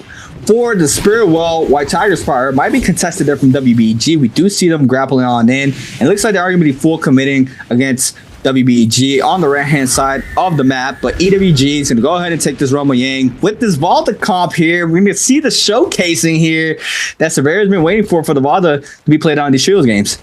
Yeah, going to be a Vajra script coming out here from Liu, and as well as seeing about the Rupture Gillo from Cookie. So that's going to be good rage regeneration coming out. Cookie going to the sky, bait out. It's got the grapple stagger, a nice bow shot coming in from JDG. 2 seconds looking for the R&Bs, baiting out here for the dash LMBs. Oh, F2 stagger coming out here from that Fariat Shen. No, that's silence, no armor. And now 2 seconds going to the F1, but Cookie goes for the ultimate cast. We're going to see the Matari coming out here. We're going to see the F2 potential burn from 2 seconds as the R&Bs come through from the spear. Now Cookie looks towards the top of the pillars, double jumps, attempts and try to create space. He is at half health, my friend. And now the F2 stagger comes out from Fairy Shen. It's not going to be enough. Xing is absolutely decimating the HP coming out from Cookie in the V2's eye. There was nothing that Tiana can do. The Fairy Shen can only do so much here. V2 comes out from the Valda. Now this could be a clutch or kick moment because that F1 comes out from that Zip Ying just at the nick of time for Houston to get his sustain right back to the fray. Yeah, now JDG with the advantage here. The Valda ultimate is about to go down any second now, but the Fairy ult there from XI to try to lay off some of the pressure there from the Valda. Does manage to stay up. F2 invested. Sai still up here for the ultimate. And there goes the R&B focus there from the Valda, trying to stay up in the situation. The 1-2 big period from the Valda overholds this time around. The F2 there onto XI. He needed up a lot of damage off of the situation to the clink finisher there for JDG. And now one player remaining. And we do see the the weakness of that comp, just having no sustain with no healer there. As we see it there, the Monk just getting full focus and being able to have a big target like that. It's just free range shots, as we saw JDG capitalizing off of that alone. Yeah, they're going to make up the Cyan Fang from the Jade selection in that shop, so it's going to be the 1-2-3s. We're going to see that fight aggression post Romy Yang Victor's TE taking into the fight speed. Oh, jump LB. Oh my god, the F2 from the Matari though comes out here for the jump LB. Oh my god, we're doing it again! And now it's going to be a chance for the R&B, but that F1's up. Now we can't throw blues. Now we got to really carry this out here for the cannon shots. So we're going to see 2 seconds with the blue focus, but listen, folks, you can see the F1 Takeda. It's going to be an 8-second timer or 8 to 10-second timer for you to con out here because 2 sec, he's going to have to use F2 to escape because that Matari procced ult for them, so that's going to be a reset from that V1. But as 2 sec gets with that armor regen, how he's going to re-engage here is going to be up to him because now that we're going to see Takeda here for still having ultimate, maybe have an F1 back up again just in the nick of time. You can see JDG here looking to try to cut out for space, but Kiki, he's in the face of danger right now. Yeah, TE already arrested that Kurumi ultimate, but JDG now is going to go ahead and call in the Zai ult plus the Timmy ult there from the opposing team. TE, big parry there off the Zai ultimate. He's going to get that health back as well, and Wash is going to eat up a lot of damage. Has the Takeda Fur in there to avoid some of this pressure, but now Wash, oh my god, he dashes through the Fur in there, and Kiki in the back end with the following hit there onto Wash. Big stuns there off the B2. Big damage. 14 East. The following hit there off the 1-2-3. To the last hit there onto Leo. And JDG staying up. Oh my god. What a tap dodge there to avoid the Furring. Yeah, I'm like RZA, all right, that was kind of humorous. Kind of working through that tap dodge, LMV dash shot. That was disgusting. That was nasty, taking away the fear and potential push, and that's 11 eliminations. JDG, they were what, 4th so far. Now they're up to 2nd right now. So they're clearing out the field of play for the top 6. But X1, 6 eliminations. You see BBE losing out 2 of their 3 for the potential for their teammates. OUG spawning into the heart of Shipwreck Expanse, and they lost their Romy Yangs. They got around, I'm doing the math right now. 160 seconds left on the clock for them to kind of work out here. EWG going to spawn in here as a response to spawn. Now, like I said, EWG, again, they lost against Zypin. Now they're up against the Sand Siphon, up against a Temi, and there's a lot of terrain creep here for this Tien Hai to work against. Yeah, this is going to be a rough here for the Monk to try to see he can find some grass, but in the zone, Cookie applying tons of pressure onto the Temi. We do have the King now trying to respond as well against EWG. Now, there's ultimate invested there, I believe, in the backside. We do have Zinyu now trying to back on up, and that wasn't Zai. It was just a splash. I saw blue. I thought it was Zai, but now Zai, all the Zais are using the red accessory. So now Zinyu gonna go ahead and invest this Temmie ultimate Cookie and get stuck in the wall. Now we have some sorts of pressure there from JDG onto DRG on the other side of the map. These teams are still fighting it in the zone. EWG in the backstab, but SS now applying the pressure onto Cookie, trying to stay up. The RB mix here from the Halberds. Cookie trying to stay up, uses the F, but no knockback off of that. Does manage to get the bloom, I believe. Does cleanse, and now the Monk ult is going to come on high, and now EWG trying to respond off of this pressure here from OUG. So you got to keep in mind that Furious Shen is going to be able to use the cannon shots to knock back, but also Cookie can melee grab opponents through the walls as Tianhai and Batra form. So if he can, right? That's if he can see them. But we're double catapulting away. We're disabling the ultimate. We're going probably for a manual heal here. Weakness escalation is kicking in right now, so they're going to have to just kite through the zone. 9 grapples down to 8. Cookie's now going to be going straight through the council courtyard, hoping to see about some salvation. They got one solo for Cookie right now, but for EWG, still working out for Fairy to get back into the game. Don Ching's going to be ahead of the curve right now for this fight, though. If they end up going through, SS is tagging right behind, and this could be potential for a third party. Easy peasy, but they got 50 seconds, whereas we see EWG, they got 35 seconds for their one player, and that's going to be that Fairy Shen. Hopefully to see whether or not XI can get out of this one. And this could be bad here for EWG. I mean, they're potentially in a sandwich here from OUG and DRG. And now the pressure is going to have to happen pretty soon here for EWG, unless they're going to go ahead and just play out the waiting game to potentially buy back their teammate, as we see them starting to kind of out from the situation. They do read the third parties posted up, but OUG's SS catch out XI in the backside into the F2 silence there from the Faria, but it's not even enough. SS is gonna be able to cleanse off of this alone as well, and the OUG with 2 players up here are going to be able to stay up, and Cookie is gonna go ahead and get the resurrection onto XI, and that is exactly what they did. They bought up the rebirth charm for themselves, as well as June X is going to be coming back online here for FPX EQ and Sansi as well. So 3 players up now for FPX, or 2 players, I should say, for FPX. Now, second Roman Yang starting to form on in. We're going to have to wait and see if EWG tries to go back in. It's crazy, though. No healer on the Monk. It's just so much pressure onto the Monk once he starts forming on up, especially in the Roma Yang, where you have the pillars to stay behind. It's just super rough trying to stay up and get some sorts of value with no healer on the Monk. Yeah, no healer. You see, that's why they use V2 for the Tianhai, just to try to get heals off. Heal back, yeah. But not enough when you have the amount of pressure that we saw there. We're going to see JDG2 getting griefed out here. TE being the menace of societies, and you can see it. He gets in. Hey, hold on. F for ultimate? Show, that's worth.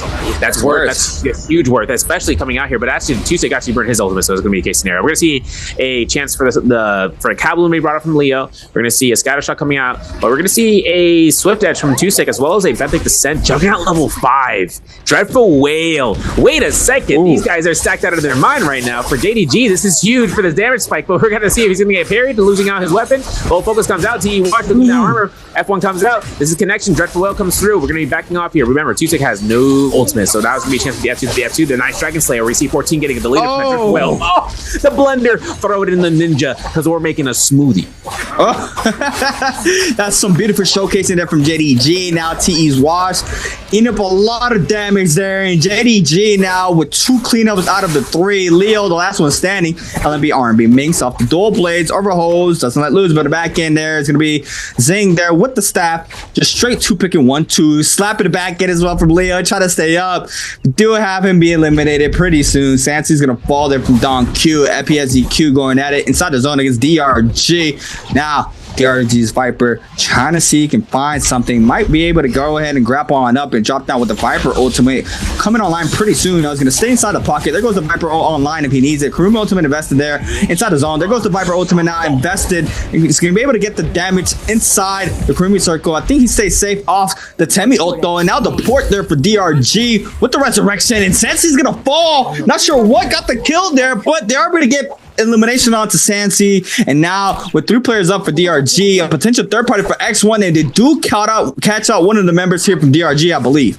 Yeah, gonna be 10 eliminations for X1 right now. I'm gonna look for the F2, boom, smack, and there's gonna be jump elevation to the R&Bs, and there's gonna be a chance for the to spill off. That's gonna be the case. Poison Splash comes out. That's 11 eliminations for X1. Taking it into placement, they're still in 5th place overall. We lost BBE, we lost to ASU. Now it's up to just between WBG, up between FPX, and EWG just to catch up on points.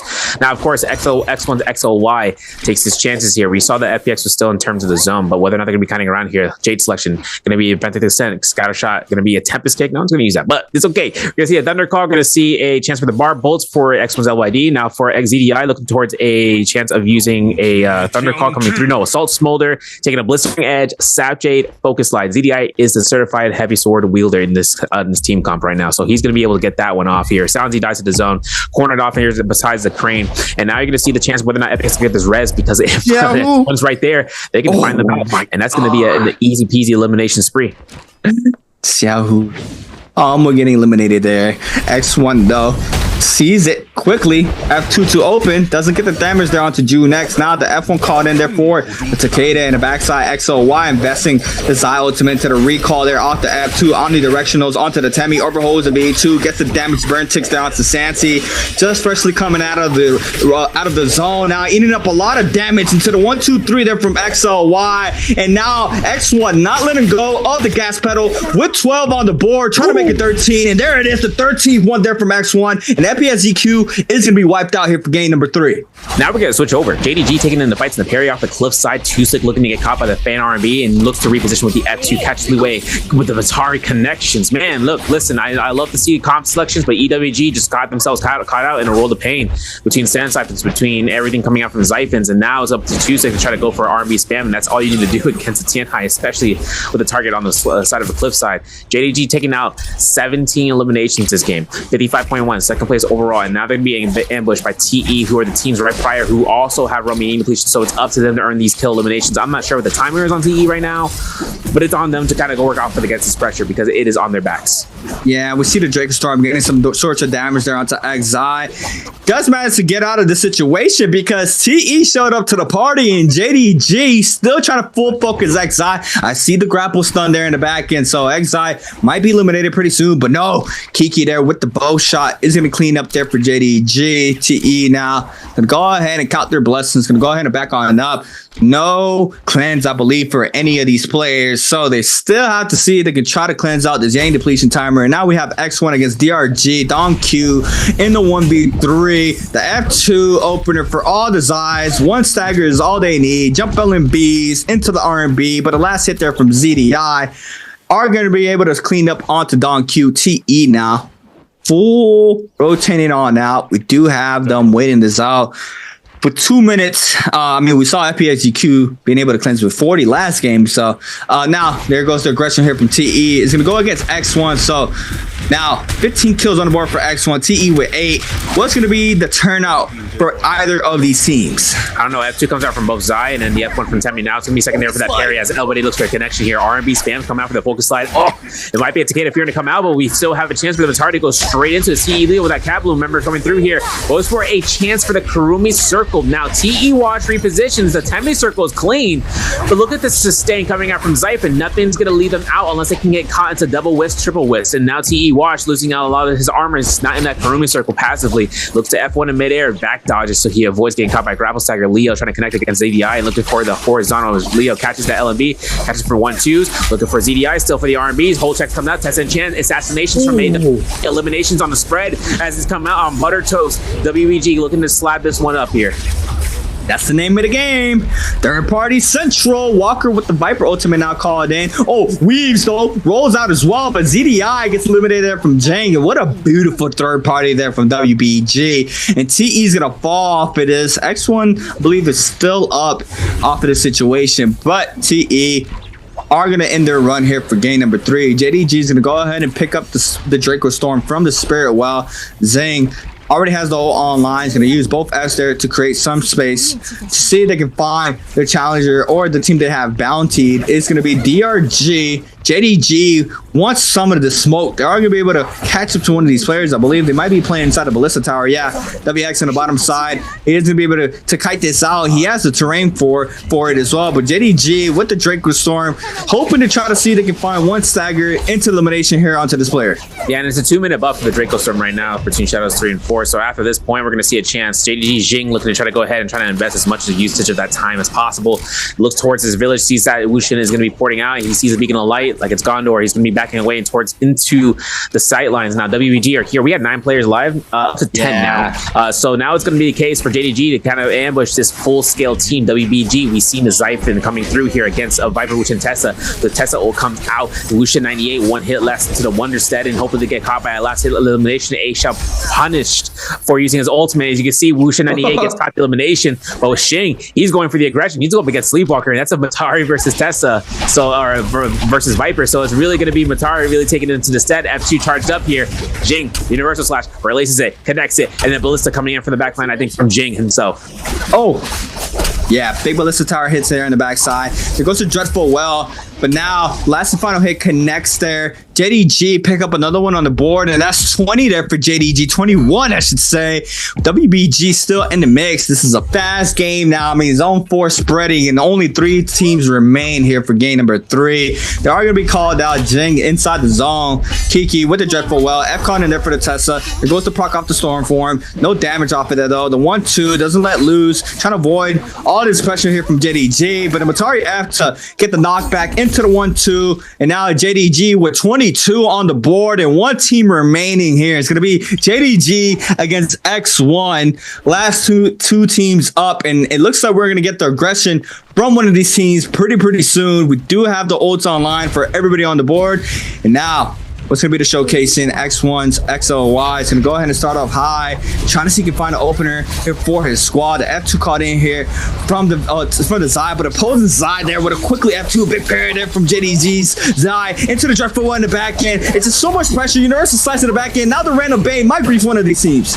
Yeah, we got to see about whether or not these Zais are going to be contesting between one another or towards helping out their teammates, because Jusik is getting some shots out here. Universal Slash, Dragon Light might somewhere in the field of play here, so whether or not we're going to see some control coming out afterwards of these ultimate casts going to come through. Jusik looking for that V2 stagger. They're not going to come out here with that Moonbane Venn diagram. Oh my god, a depletion. ZDI is going to have to roll into the building because there was so much Moonbane blast coming through here. Universal Slash connects it. They're going to be JDG picking up the eliminations like water, dude. We're at 25, dude. And we're looking at 24, actually, I should say, with the Moonbane blast. This is going to be elimination spread. That's 25, baby. That's a multiplier between every single team. So fast this round went by. So I mean, it was weird because you expect this into end game. No, there was no end game. It just ended up to a fight. We had to one shrine and we were ending up there for the Moonbane blast. So now it comes out JDG cleaning up shot.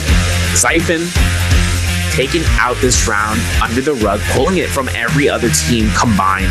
And this is gonna just keep them as one of the top teams. We saw this from AIS from yesterday for solo. So he took 3 MVPs, right? 3 MVPs, and then all of a sudden, he's gonna enter into game 4 for this game. We're gonna enter into Halroth, and it's gonna be an off-rip fight between OUG and WG. Though Zinyu trying to see if you can find an armor quickly. They're going to be able to find one now. Blue armor, WBG on the bottom side, but X1 and FPSZQ going at it. Slaps coming out there for the Cicadas and ZDI. Oh my god, Sansi drops 1 shot in the backside, but Yahoo is going to be able to pick elimination onto one of X1's member. Now LYD trying to stay alive, but FPXZQ with the eliminations there onto X1. That was crazy off drop. That's a diabolical kill spread coming through Slash. But that means we might have ultimates for their soul balloon. Sansi goes down though. That's going to be a huge upset. Now, look, blue armor, blue weapons across everything. ASC literally got the god tier loot spawn. And now they're going into Salvation Podium. Junex looking to try to use that katana. We're going to see the Ballista be utilized here from Jai Wen. F2 to kind of knock back here. The F1's invested from the Temi. And now we're going to see the armor pick up from Junex. Gets caught almost by the fist plates, but the R&B into the Zai ultimate. Holds it. F2 comes right back into it. V2 ensnared comes out. Doesn't get it, but that a Moonbane drop coming in here. Dang, because they got that first set of elimination. Dang, how fast did he go for the job? The Moonbane charm. That was quick. that was quick because they got those eliminations off drop, and one of them went towards the middle of puzzle to just buy that Moonbane to ice off the pressure. And we see the opposing team now backing on up, but WBG going at it against OUG. Grapple Ellen Beads into the follow-ups there onto SS. F caught in there for the Matari. SS now just a little isolated fight between Walker and SS.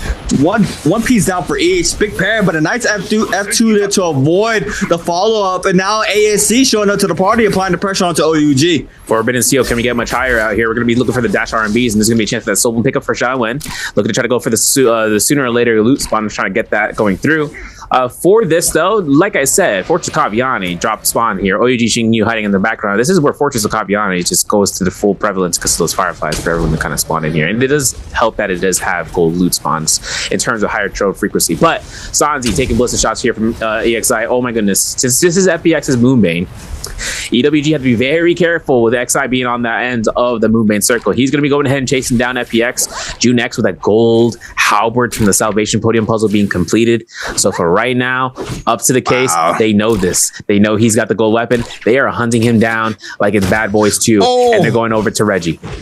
Oh, that right there just did not go towards his favor. He missed the grapple, and now EWG catches up, but Junex being able to kite out the situation, trying to save this weapon, but EWG still full chasing down. OUG's SS in the back end, very weak. There goes the counter grapple there onto Junex. The Test Ultimate is going to invest it, and it's going to connect there onto Junex. Going to have time to kite out this tether for a little bit. What's going to be the first player up? Both players in here, into the F3, into the last hits, with the free gold halberds there for EWG, and XI is going to be picking that up here on the Viper. Yeah, FPX is going to find a res off of Sanzi. Junex, being down there, Sanzi gets res. This is good because Matari still keeps the chase going through. Crossbow bolt to deny it. Cookie, are we the instigator of peace? Coming out here, we're going to see the F1 being thrown ahead for Zhang Yu to try to get Sanzi a little bit of sustain here. But look at that RMB going to release out here. There's going to be kicks from the fist blades. And look at the charged RMB if you can, but there's going to be the F1 investment. The RMB blue focus doesn't come out here from Zhao Yu, but we're looking for the consideration of staggers. That's the case. Jump LB to the jump LBs, and then a test and chance to deny all that pressure that we just had, as FPX might be locked down here for the count. Yeah, now there goes the enchantment. Nice fight. Zapingo ultimate does manage to pop it, but now Cookie showing up to the party. Yahoo is going to eat up all this damage. Element to the uppercuts, into the R&B focus in the back end. The terrain did not give him the follow-up R&B focus there, but it does not even matter. The full stagger there from EWG onto the last member of that team. They are going to pick up the elimination there. DRG against BBE inside this Tumult ultimate. Don Q applying tons of pressure. BBE is gonna fall for this, I believe. There goes the Dragon Slayer onto Roy Shishi, into the Takeda Furin for the last hit. Now JDG going at it against X1 with tons of pressure. Big parry from Kiki. XOY is gonna eat up some of that damage, but now trying to stay up. We do have O online here for XOY. And we got a Cloud Reaver somewhere in the mix of things. It's gonna be a chance here to see it from X1's LYD. X1 LYD taking into consideration the ultimate to be cast, as well as JDG's Kiki for both Kurumis, and now all the ultimates are down. 5-2-1 though, perfect ambush opportunity here. We're looking at a tab dodge from that Tesla champ. Very good for Kiki, but there's a parry, there's elimination, there's a spread. That's going to be one elimination for 5-2-1, and they still have a chance of looking down south and trying to go towards the city of Tong and just going ahead and chasing that team. But they see the supplies potentially just to reset here. We got 12 grapples to 46 ratio for the healing berries to armor powder. So for right now, Pompey looking pretty snazzed. We still have a chance here to kind of work into the northwestern barracks if we want to go up to the wall and just look out towards the loot in trenches as well. If they just came from that direction, then no worries. We're going south, near towards the Camel's Hump, all the way out west. We're gonna see WBG slipping past this area, just trying to see about some loot. Now, obviously, in this area, if we still have the boomerang cliff in the top right, top left of the map with the northwest, that's where we could potentially see some stragglers going out to respawn and try to get some loot back, because that's exactly what WBG's in straggler position. A Xiao Jing went down for the first hit of lives. Sleepwalker still staying alive here without losing out any sort of the Reaper charms. Our kill spread has 6 eliminations for DRG, who are first with that Sand Siphon. Our seconds have a lot of tied 3 kill scores between FPX, SS1 taking it out between X1 as well as the BBE.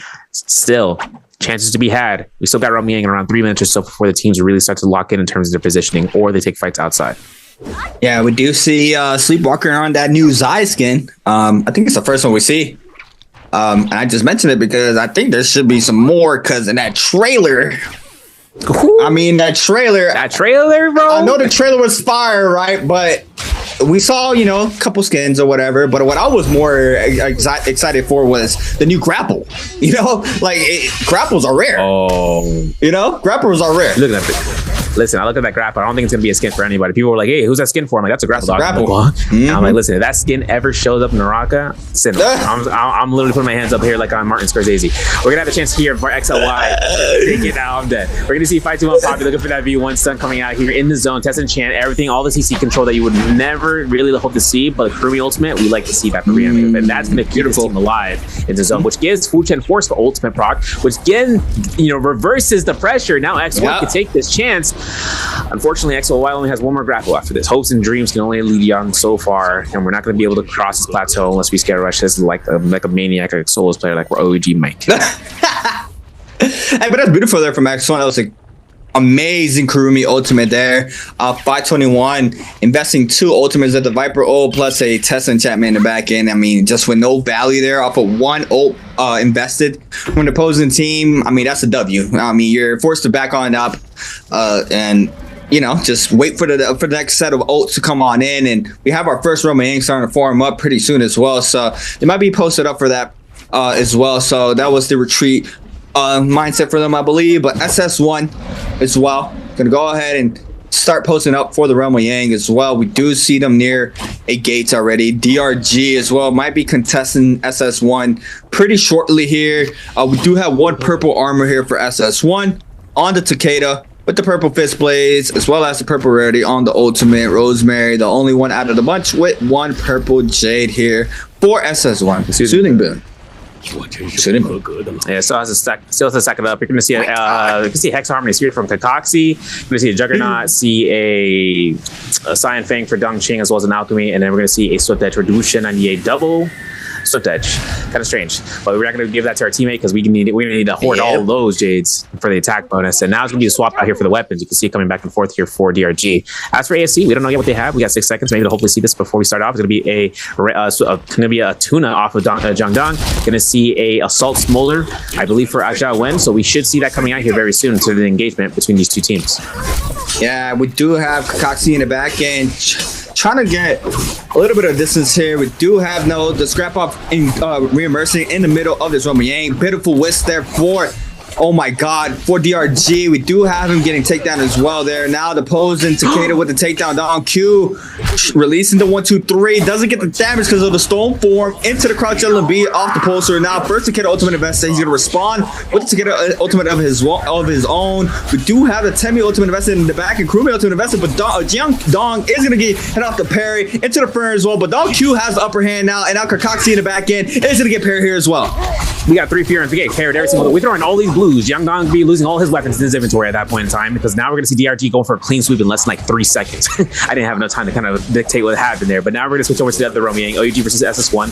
Zhang1 losing out a lot of pressure, but that F3 coming in from that Kurumi doing work here to keep him alive for a couple of seconds longer, going for the fist plays, going for the wild sweep, and it looks like the OUG's SS gets a parry. We're just throwing blues left and right here today because this round has been carried by Palm Parry, and OUG taking in the Siphon against Sand Siphon, working it out, getting victory, gold staff, taking into the Jade selection of the Velocity Untold, taking the purple dagger, and most likely taking out Vermilion Bird's Might. So for the Jade selection right now, we're going to see a chance between these guys. I was just going ahead and going crazy. Yeah, that was clean up there from OUG. DRG as well. It looks like BBE they are going to win the Realm of Yang, and WBG off to go for the Spirit Well off the Draco Storm.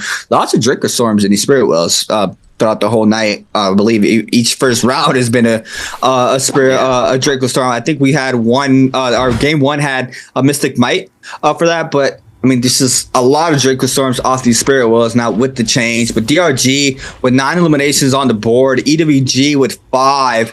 We have a couple teams with 3. That will be SS1, FPSGQ, BBE, ASE, X1, all with 3 kills on the board.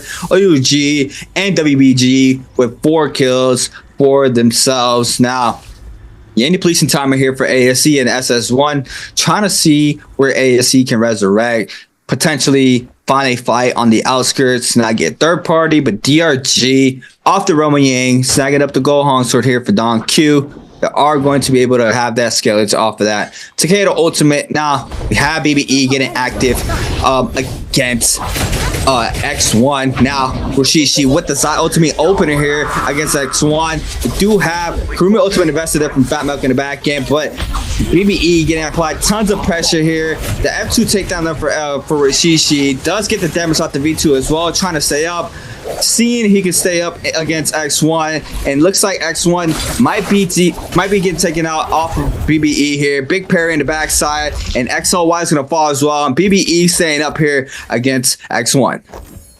Yeah, next one doesn't have Romaine completion yet. They are going to lose out 2 of their 3, so now it's going to be up to the 10 to stay alive. For BBE, though, crazy. I thought the investment coming out here for the F2 before the ultimate before the F2 was something, but you know what? I'm okay with it because then he uses the F2 to mitigate through the Fear and Blast that potentially would have staggered him away from that point, allowing him to counter pressurize. And now it's going to be a chance for ASC Pinnacle Town. 2 minutes under the clock, hoping to kind of find eliminations. We got Romaine depletion. If you guys don't know what that is, if you lose a Romaine Yang, you got that time limit on the left side. I know we got some new players in chat coming through here. If you guys don't know, Romaine depletion gets you guys locked down for a set timer. If you do not find a solo to rid Romaine depletion, you will die automatically. That is the case scenario. That means these teams are under pressure. You would see the pressure coming out from teams or players that you go up against if you see them really fast tracking their ultimates and like ranked mode and such. So coming out here, Zhang 1, make sure he can get a 4-set 5-2-1 and I want to take this fight. This is an assassination comp coming from Mike Wuch and Tessa that Zhang 1 is going up against. He procs that one in midair. He's wanting to commit this one. Yeah, he's going straight up hot here with the Takeda ultimate as well. To go ahead and invest the firm, but in the back end, Rosemary's going to get parried there from at 521's Tessa, but that's a nice RB focus there for Zhen. He is going to get enchanted as well. In the backside, we still have the ferns being called in. Akame now is going to give him a little bit of damage there onto the 1-2 from the fist blades. Pampy trying to stay up. He's going to get hit off the LB focus from the backside there from a long sword. Pampy though, he's going to get the damage there onto Zhen with the R&B focus, but now the champion is going to connect now, and it looks like 2 players going to be stunned here for SS1, and this could be bad for them into the 9 meter burn. 521 with the cleanup, I believe, against SS1. Now 2-2 last one standing, but what a nice showcase in here for 521 staying up against SS1.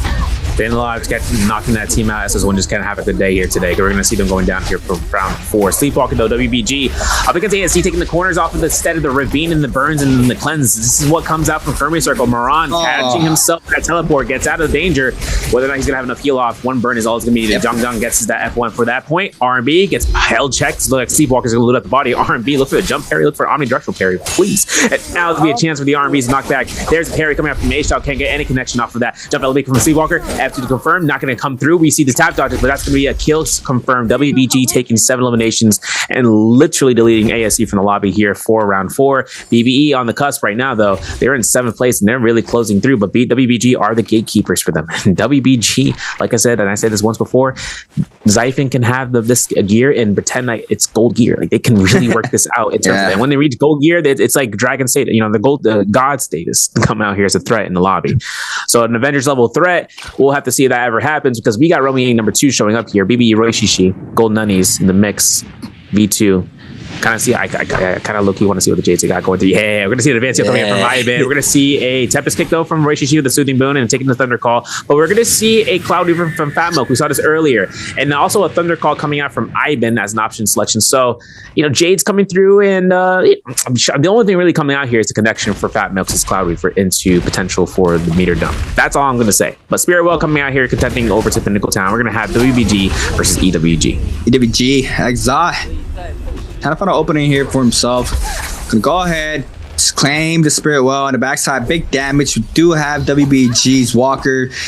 Pretty much getting rid of all that purple armor there by EWG and XY now. So go ahead and play the high ground, but Walker, LMB tries to catch the F2, doesn't manage to do so. Quick comes in off the focuses there from both of those players, and both of these teams are going to be contesting this Spirit Well. EWG cooking out, applying the pressure onto Walker. Zai ultimate investor here from Walker, and he is going to be able to get some sorts of damage, but now the Viper from XY, oh my god, the Mataro ultimate to avoid the Viper ultimate there was beautifully showcased there from EWG. They can stay in the pocket, but Walker still has the Zai ultimate online. It looks like he's going to get some burn tick damage there onto WBG, but the retreatment there from a Wuchen port, I believe, is going to happen, and X1 with the third party are going to be able to claim that Spirit Well, and now we're going to have DRG against BBE in the second Roman Yang here for game number 4. To get interference coming out from Don Ching, getting caught by the hits and the rubber bands from the fans, and now it's going to be F2 from Matari as the heal off comes out. Don Ching still going to have enough chances here. Dashes R&B, goes towards Roishishi. Furin's at 2 count. Still have 2 left. We're at level 3. We're catching all these blues. But Roy Shishi mitigates it through cold and gold focus. Now going to be a chance for the Furin again. Lucian 98 looks for the pole sword action. F2 from Roy Shishi to back off here. And now we're going to have the F1 in midair. Dongqing takes a little bit of damage as Roy Shishi's ultimate comes out here. We're going to see Kakaxi go down for the RGs. It's a 2v3 right now. R&B spam. Looking for the lethal jab. We're baiting out. We're jumping LME. We see the F2, but remember, the F3 from the Kurumi that actually got nerfed here as well in this new season with that 70% damage nerf. So she still takes a lot of damage coming out. As Dongqing drops with the drop down blue. F2, Matari, hold check, opposite direction. We just pulled a sneaky on you. Dongqing did not anticipate that. And this is going to be a 1v2, but listen, when you have a Matari still on standby and you have a Kurumi, this man went Sephiroth mode and just literally put him out. Goodbye, Eric. Oh my god, BBE though. Hey, BBE coming in hot. They need this. They're currently in 7th, so, or they were in 7th. So I mean, getting these pop-offs here in this Rumble Yang is going to give them closer to be able to make it to that top 6. We're gonna have to wait and see where they stand now off of winning this Rumble Yang. But do have Ivan on the gold poster this time around from this Rumble Yang, dropping out more of these weapons for their teammates. We do see 2 gold armors here for BBE. Now currently still in 7th with 1 kill over WBG. It's only 1.1 point difference between both of these teams to make it to this top 6. This is just game number 4. We still have 2 more games after this. BBE taking the Mystic Mike off that Rumble Yang. OUG with the Draco Storm. X1 with the White Tiger's Prowess. We do have DRG and 521 with the Andy Depletion Timer. OUG buying up some more resources. 2 gold weapons here for OUG. 1 gold armor on Zenyu or on the Zai, I should say. Heartstopper? No.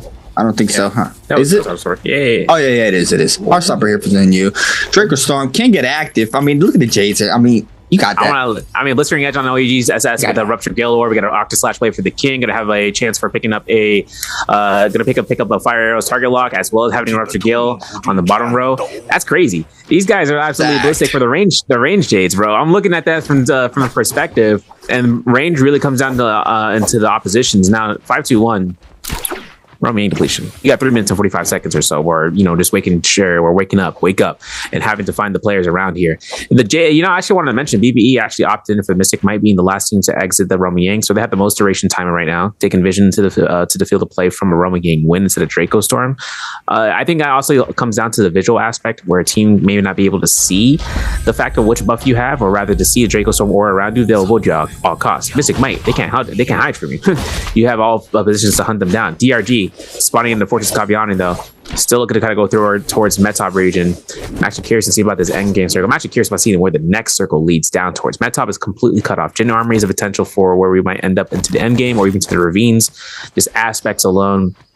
There's a lot of corners to be cut out here. FPX hiding out here. You can see them in the temple just holding these corners like you're playing stealth game. You can see Tomb Raider skin coming out from Sanzi. Shout out to that Tomb Raider skin. Shout out to Lara Croft. And we're going to have these guys just hiding out here as it's going to try to potentially look for an ambush, because you got to remember 5-2-1 DRG overall main depletion teams. They are looking for blood and they smell it. It's like we're watching shark bait Aloha.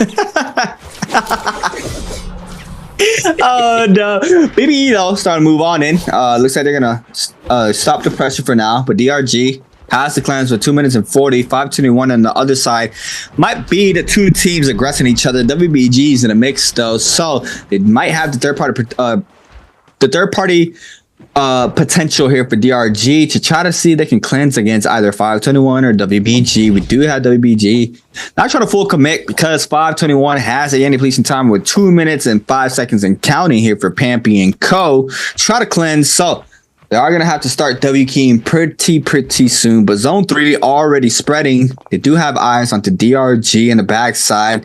Not want to get sandwiched. They do have to cleanse, but you do not want to get sandwiched here and just picking up a solo bloom and get eliminated. That's not what they want to do. But now do have DRG 10 on the board, currently in 2nd place with 69.5 points.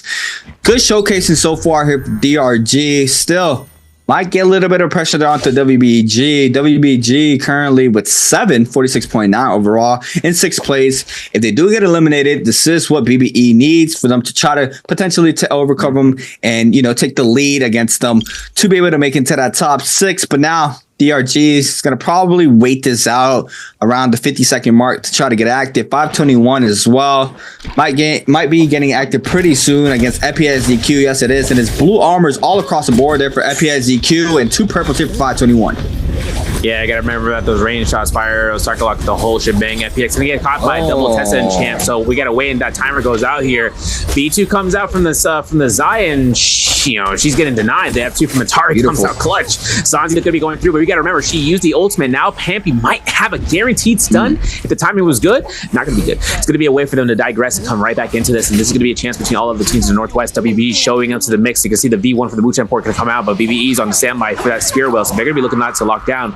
Also want to remind you for OUG coming through here, if they ever show up, they do have they do have Octa Slash, but they also have Cat Bloom, so that's going to be a dangerous predicament if they show up into the mix here. Diang Qing though gets his elimination with the Wuxin 98 against 521's Yin, and look towards the kid to get a Fury. And we're going to look towards and seeing whether or not Diang Qing can get that Soul Bloom. It's going to be left behind for one of the teammates, maybe perhaps for him to look to re-engage, because now these teams are running a counterclockwise rotation on the zone, because once we enter into this cliff side, they're going to be ready to go ahead and loot up and set up shop. But that Spiro being claimed out for a Mystic Knight for BBE gives them a full value. Just go for that mitigation aspect. Dong Qing finds elimination against Pampy. The RG taking around what seems to be 13 eliminations, a huge Dragon War. Dong Qing gets Kurumi Circle. Oh my goodness, the relation comes out, the F2 comes out. Aizen gets elimination from the F2 Matari, and we're just looking at BBE like this is going to be their potential second pop-off game. Wow, nice clean up there from BBE. DRG now has one player remaining. Kakaxi here for DRG with the tether onto one of his teammates. WX is going to come up from this. Dong Q now is going to get resurrected here from both of these players. No, X1 showing up to the party. There goes the Tesla Ultimate in the back end. It's going to be catching a 3-player enchantment, I believe, in the backside. Do have Kakaxi still trying to get the resurrection off to Don Q. Don Q is going to be able to go up, but a cannon shot's flying on in for the backside. Timo, Ultimate Investor from one of these teams as well. X1, EWG, BBE, all in the mix right now. Everybody applying the pressure on the edge of the zone. Now they're going to be forced to start moving on in. BBE still has Mystic Might buff online, though, so they do have the advantage in that department. But EWG, XI, that's managed to back on up here with their squad. BBE trying to get some damage off the Ballista Tower. We do have Ivan here trying to lay down some pressure. Does not manage to get elimination off of it, but does get some burn tech, I believe. In the backside, we have OUG laying down some cannon pressure there onto EWG, and the XI trying to use the Coppery Bloom here to cut up any of these range shots, potentially being able to avoid some of this. But now look at the splash damage there in the back end. Cookie drops very low. XI as well. Zin Yu just being a big nuisance here against EWG, and it looks like they are going to be able to get them low off of the health department, but they are going to be able to back on up. We do have OUG starting to rotate on in, and BBE as well in the back end. This could be potentially another fall for another squad. Yeah, Jing Yu scaling out here, making sure he can kind of create distance. Aquila's Gate's going to be the height line for FPX as they're taking the tower towards themselves. And the next one's going to be all over the shop, just trying to defend the position, but the Moonbane drops right on Aquila's Gate. This gives FPX no value in terms of where they were positioned, so they have to go east, and that's where OUG is sitting still, sitting pretty and sitting nice here at 8 eliminations. We're still looking towards them, whether or not they're going to be able to capture somebody here. There could be a chance of getting upgrades. Advanced Seal still on the play for Jingyu, and seeing about a chance of picking up a Deado round picked up for the King. So that's going to be something that comes out for them if they can try to, just lock down towards, range shots. But of course, I mean, they can get a connection for Saggers. That's all they needed. BBE built out of the mind right now, having a Merciless Havoc on Iben, having a Dragon War on Iben as well. Looking at the Cloud Weaver for Fat Milk still, but that Storm Tribe picking up for the first round Yang for Roishishi. So that's going to be where we're seeing selection. Fire Arrow target lock for Fat Milk, but we also have a chance of seeing that Student Boon being utilized for Roishishi. That's for supplies. If you get that leveled up, which it is currently, that's a 40% chance of not consuming any of your consumables, grapples, armor powders, healing berries, repair chests, stuff that ends up into the end game to be so crucial when you're trying to look to the chances of surviving. EWG though, till taken towards the center area. We're going to see them picking up themselves that Kabloom and the Hex Harmony for XI. The martial art will form hook for Lu Wei, as well as having a Kabloom, or a Benthic Descent, I should say. So that's going to be his precedence for the Jade, but the Spear Will drops in here. White Tiger's prowess. All the teams want to contest this because this comes out to full value, especially if you're going to be running into Sand Siphon or Xiphon. I mean, this positioning as well is it's a very high risk, high reward type of thing, because everybody is looking towards the Spear Well. We do have Tomok Ultimate Investor there from X1, I believe, in the backside. OUG, Zen Yu does manage to drop a little bit low here in the health department, but X1 looks like they are going to be able to claim the Spear Well. They're off the Tomok Ultimate. A little bit of an old school box comp kind of thing, back then, being able to climb the boxes off of popping that Tomok Ultimate, using it here for the Spirit Wells. X1 now are going to be able to get that ult back, which is the beauty of it now. I mean, before it was just a box, you were not getting that ult back, but now, it's different. Yeah, full investment before in the past when we had Morris Blessings instead of Spirit Whales. It was literally invested for the loot. Yeah. Now you can get loot and you get your ultimate back. It's a preload. Listen, it comes out to full value. But for these guys, in terms of this area north of the Achilles Gate, this is absolutely, I like this area. I'm sipping my water, just hoping to see what's going to happen next, because everything comes out towards these players just to see about whether or not Vuchin, Viper, Tessa comes out to play. 9 eliminations for EWG, and looking towards investing and seeing about third-party potentials for assassinating. BBE, Raishishi, you're going to see those Dragon Roar shots coming out to try to deny shots of range of OUG. You can see the range F1 from the Zipping, so throw it in their team's direction just to make sure that team is settled in for sustained. WBG holding their corner.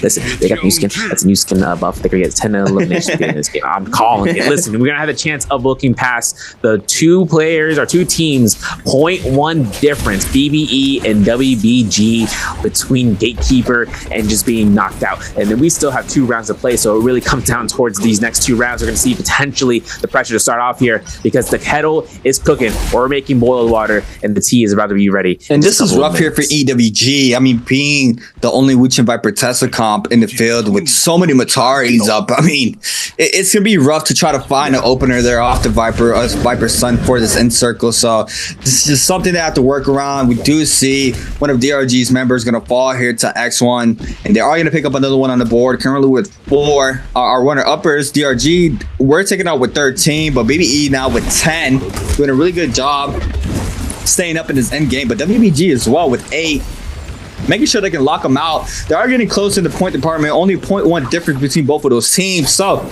I mean, the top 6, the fight for that 6th spot is going to be coming to a very, very close situation between both of these teams for now. We do have everybody starting to wait out the zone 6, already completely fully spreading pretty soon. WBG and EWG on the top side of the terrain. We do have BBE playing near the staircase as well. We have cannon shots flying on in here towards EWG. The Wuchen Port already up here for Cookie as well. So F-Late's thrown down there to avoid some of the pressure here off the range, but looks like no pressure is gonna be happening towards WBG's way. It's just straight WBG trying to knock out EWG here. We do have some sorts of damage happening towards Cookie in the backside. OUG playing it perfectly as well, waiting is out, and the backside Tessa Champion is gonna connect her onto 2 players, but no damage, and they do have the Dragon J there for the Dual Blades to nullify some of those damages from the range shots. And oh my god, EWG just not having any time to breathe there from WBG, applying so much range pressure onto him, and now BBE being able to roam around the bottom side for the free.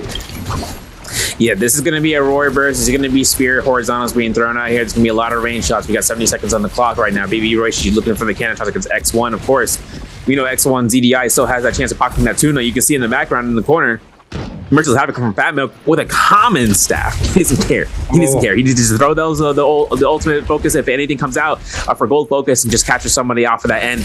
Pressure's on here for the next minute or so, folks. We're gonna have a chance between the 18 players still left alive. FBX is looking to try to go ahead and try to see about the hoarding down the ground level of this. But once that Viper ult comes out here, everyone spreads out, everyone hides out. Batari ultimates are invested, and they're cornered off into that area. XI looking to try to go ahead and get some prioritization, but that Phoenix Flash really denied him that pressure. They're dropping down with the blue focus. He's not gonna be able to do anything with that 5-second stun. Now it's going to be taking a fear to coming out here. There's going to be a chance for the criminal play as it comes out to the investment. XOY corners off against elimination against XI. This could be X1's position because they are playing one of the key comps in this final zone.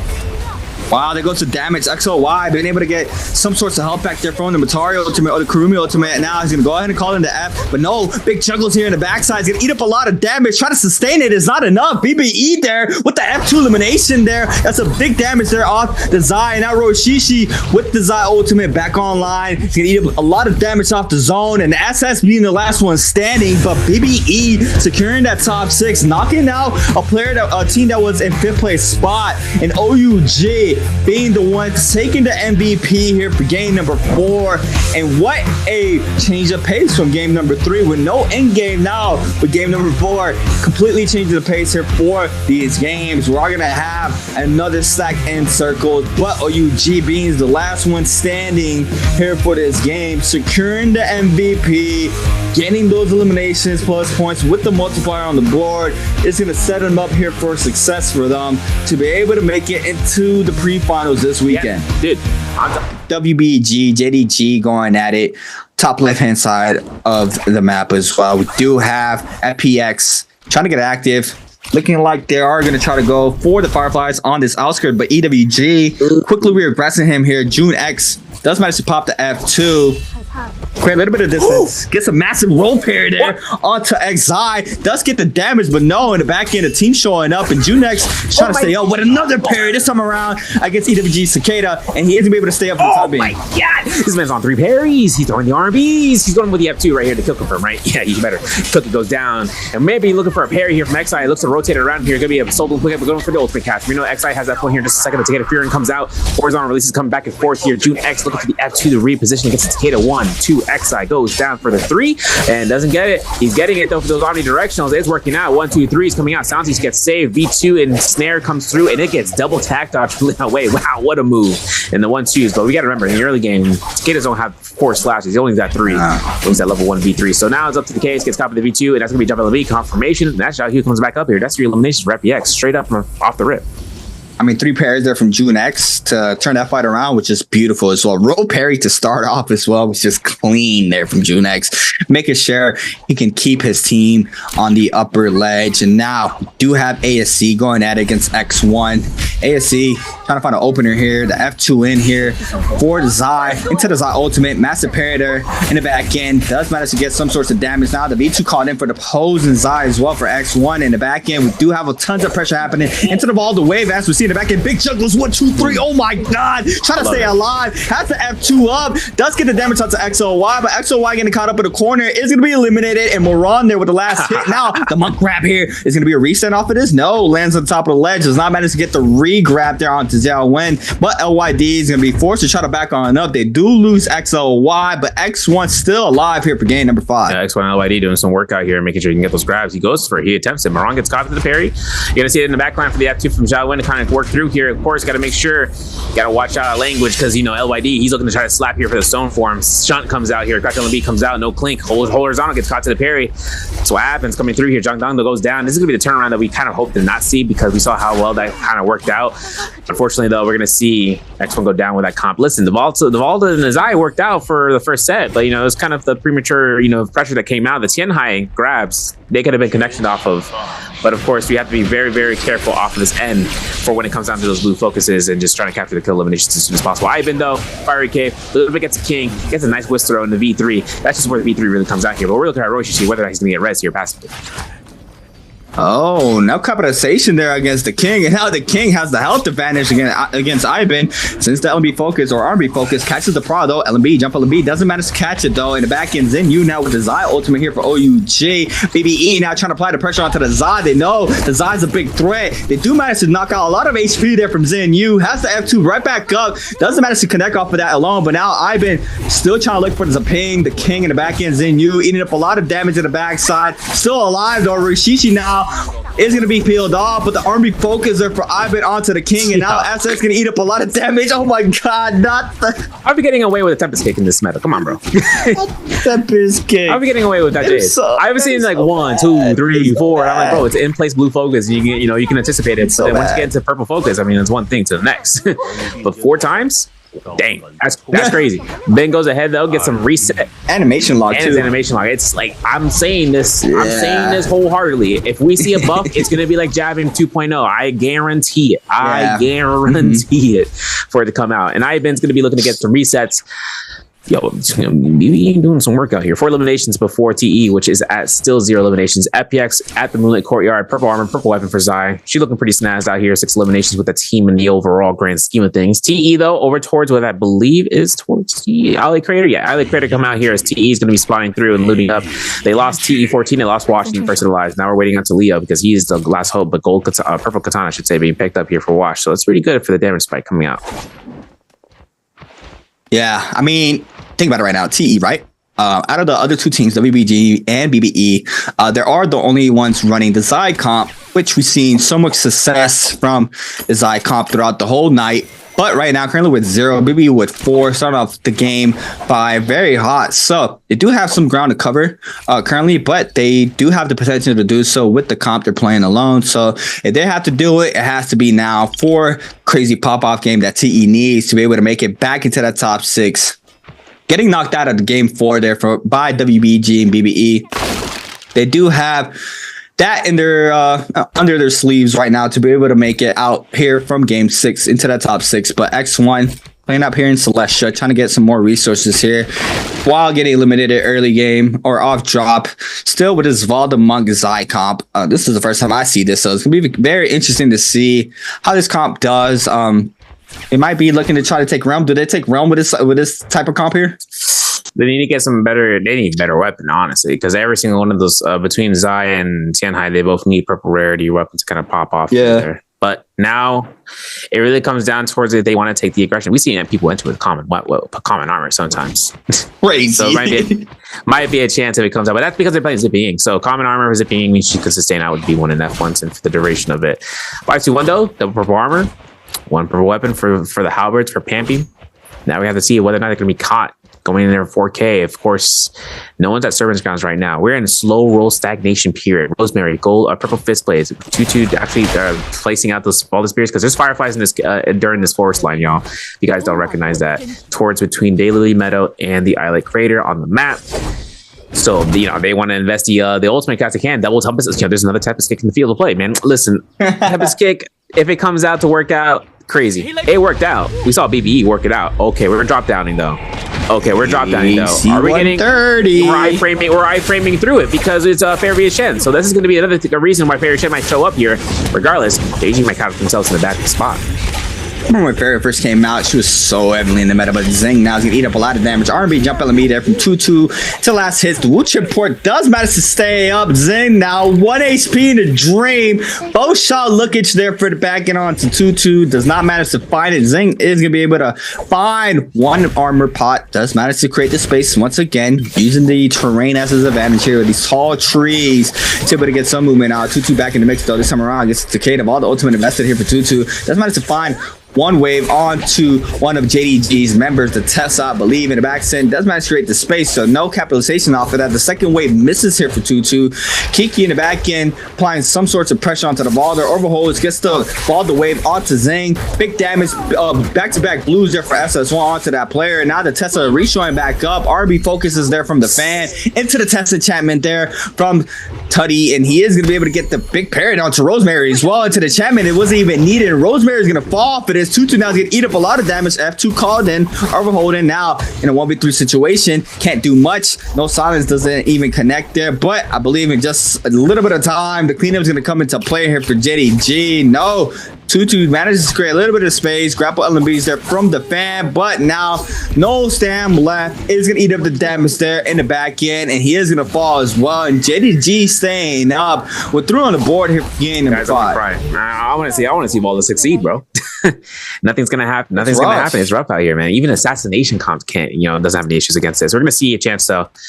Looks like a sky punch for Leo. Maybe I don't have to triple check to see if he's gonna be able to utilize that vertical uppercut. Regardless, for the fist blades, Galaxy charges up R&B fan. Looks towards it. Has that Yodo pick here. There's gonna be the F2. Looking to charge up here. The F2 silence is clean though from that Fairy Shen. Dogchin's gonna connect this off to this point where he just watches it happen for his ultimate. Wait a second. Hold on a second. We gotta wait for that second V2 or for the second F2 from the Zai. Then we can Yodo ultimate. Because you also remember, Yodo can de-stealth the targets on the field of play when she hits them with her ultimate. Now, obviously, she's not using it early because the spacing between all the players they can escape all the pressure coming out. Now, Kakashi locks us down. One slash, hits. Second slash, looking for it, hits it. Nope, gonna miss it. But we're gonna look for the third slash, and that's a knockback from the Fairy Shed to confirm that third slash. That's it. That's gonna be a chance. F2 is back up, boys, and we're looking for the downward spiral of the R&Bs. As Raven like to say, the Brandoro, as it comes out for the downward R&B. But we're gonna take a look for the Kakashi F2 recast as Leo gets a chance for the parry. Not gonna happen. The F2 recast hasn't happened just yet, but it's gonna be too late. It has expired. Just like that milk in the shelf. Make sure you guys check it out in the refrigerator because it looks like it's gonna be a nice cleanup coming out here. No lactate, all 2%. Might be a chance to be in a bad situation. Check the pants, because it's going to be coming down here for Yodo Hime as she succeeds. Parry number 1 and going for the R&Bs and the cannon shot to finish off. Cool guys, look at explosions. Can we get a 180 here from Kakashi? No, but he's going to F2 and preempt this, and that's the elimination factor right there, folks. Hey, Yodo back in the mix. She's back in the mix. AC, FPX going at it right now. We got a Kurumi ultimate invested for both teams. Now Junex can go ahead and invest the Zai ultimate. Getting caught out by the opposing the Zai, eating up a lot of damage, trying to sustain out. The Zai ult does manage to stay up there with a little bit of armor, but one burn tick. F2 can be the elimination here onto Junex, but do have ASC now being able to weave the F there, gets the damage off the follow-up, back to back as well. Now he is gonna be able to get the burn tick onto Junex. He's gonna fall for that. That's all that was needed, but he is gonna fall as well. So now that's 1-for-1 for both of these teams. We do have FPX gonna go ahead and take the resurrection onto Junex. I believe that's 2 down for ASC. Yep, yes it is. Maron falls as well. So FPX with the advantage. Sansi now back up, but ASC now getting caught up here by the third party JDG and caught up by the Tesla champion as well. This is gonna be the elimination here for JDG with a nice little simple cleanup against ASC. You know, I thought he was gonna. He scare rushed into the same corner twice. And I was like, man, he thought it was an opening. Nah, not an opening, dog. It's gonna be over. AWG Leeway though, sacked out of their mind. Vermilion burst back for the next 2 minutes. Gold fan, Takeda, combinations impeccable right now. It's all about a catch up though. You can see Dong Ting trying to look for the kite around. He's gonna have a chance if he can. Nope, goes down. Vermilion burst smite for the first proc here. Gonna see the F2 from the Yodo. He to kind of kite away and keep that pressure alive. F2 still available for that recast. There it is. Knocks back. Leeway has the F2. Remember, we've seen this before. So annoying. And that's a jump LMB. The F2 comes out from that Weish on the push out and peel out. But can we get a parry? Hold check. Nope. But we're going to see a chance for the Vermilions to get burned out here. And we better do it now. Because that's going to be where the team's going to regroup. Kataxi's going to be the last one going through. Don't throw blue stock. Just going to go ahead, get eliminated here, regroup the team. And we're going to see that team gets ambushed because VVE are looking for hunting, for food, and for leather because they need to stay warm. Yeah, I mean, they have that Yanni depletion timer on their back with 4 on the board. This is the perfect opportunity. He sends the 3 charge. He's going to get parried off of that. He's going to lose Pole Sword now. Roy Shishi going to go ahead and invest in Takeda ultimate. We do have the Kurumi ultimate invested there from Fat Mech as well. But now EWG sustaining all of this. They just have to live this Tomok ultimate. Rishishi's getting pulled out of the zone. Catches the Dragon Slayer, but the opposing Furin there to avoid that with the shot back. And Rishishi now can go ahead and find out some sorts of damage in the back end. But TE now showing up to the party, applying tons of pressure onto both of these teams. Rishishi does manage to stay up for the time being in the back end, but Wash looking for it once again. Had a crazy game too, I believe. Still on the Zai this time around. He's gonna go ahead and just cut out his chase down onto Rishishi. They might have another third-party potential there in the back end by X1. The Zai ultimate called in there for XOY. And it looks like they are going to wait this out. DRG might be moving on in. And BBE do lose the Kurumi, but they do manage to cleanse out 2 out of the 3 players. But WBG does not. And TE still has 2 Yang depletion timers for themselves. Now, A-Shao, man hunting. We got 70 seconds left on the clock right now. Draco Storm is in the play for a next minute and a half. So we're not going to survive as long as that Draco Storm is still up. As long as it comes out, if we can find a Soul Bloom. Xeno procking out for JDG's Viper. Looks for the stun, gets a double hit, triple hit. This might be good here for those R&Bs for the 5th place, but can't do anything about it. Sleepwalker still has time with that Takeda Furin to create pressure. Last scrap on the board. Furin's number 3 is going to be contested. We're going to have 2 more Furins left to go here. Sleepwalker looks to try to charge out here with the R&Bs. Gets another Furin, gets parried. It's anticipated. It was fully anticipated. And that's going to be Sleepwalker coming here, watching out for that drop down blue from Pampy. Pampy going to be looking to make sure this is going to be their own set. We have 50 seconds left on the Draco Storm, 40 seconds left on that run with Yang depletion. A lot of teams here at the Artisan's Grove just trying to go through left and right. 5-1, losing 2 of their teammates, and now Atari is going to be chased down here for as long as Eternity leads out. Yeah, and Walker is going to be the only one cleansing here for WBG. The Kurumi and Temi still have that Yang depletion timer. TE as well, no cleanse off of them as well, but WBG is going to be able to stay up for this game, and that's what they need. I mean, only with 1 on the board, BBE with 4, but the difference is they have 2 players up. A little bit of resurrection here onto Pampy here for 521. They are going to be able to resurrect them. Now, Jing is going to fall off of the situation. 2 seconds for him. Just go ahead and fall down, as well as Asia. Super unfortunate for them, but Walker might be buying out. Not sure if he can buy out both. He is going to be buying out one of his teammates. He is going to purchase a Rebirth Charmer as we see it on the screen. X1 posted up for the next Realm of Yang, as well as FPSZQ. X1 J setups here. I mean, stack is here for ZDI on the Valda. Man, it's rough here, so the success on the Valdas is just not existing right now. Listen. If we cast a curse, it's going to happen right now because X1 enters a Realm of Yang. They do have a Kabloom. They do have an Erudition. Okay. So Jade's right down, kind of good.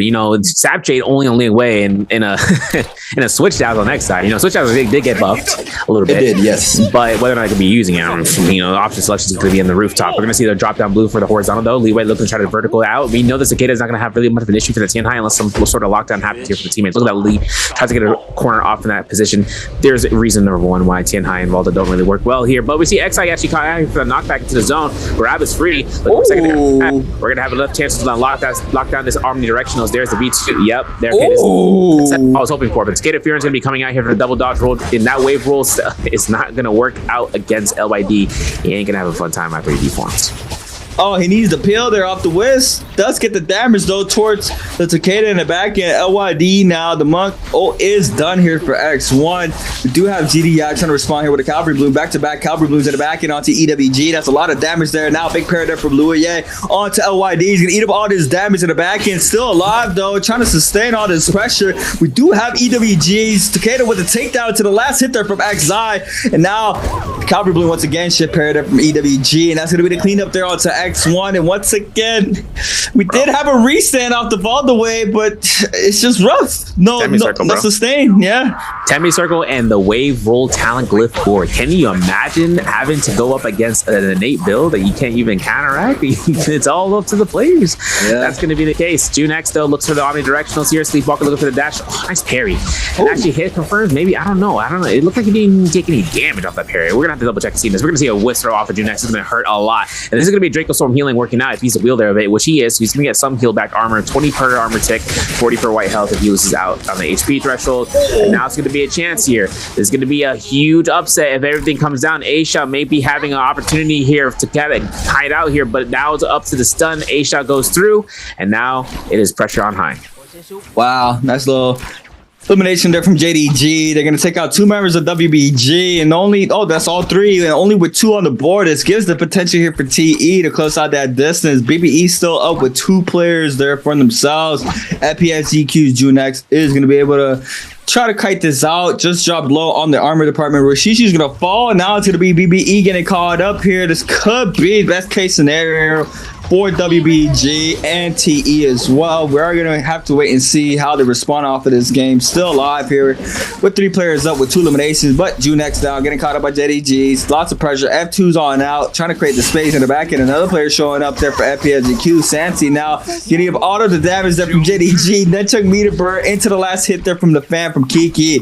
Is going to be able to clean up there onto Sansi, and Zing now on the chase down against Junex, and to be very rough trying to kite this out, but he does have the terrain here off the trees to be able to do so. Yeah, I got a lot of spots to kind of kite around here. Draco Storm is not going to make that any easier. You're going to see 22 players still left alive into the game. Junex is still going to have the gold armor, so he's still going to have enough sustain. The F2 to be invested as an escape tactic. I'm okay with that. Draco Storm, though, expired.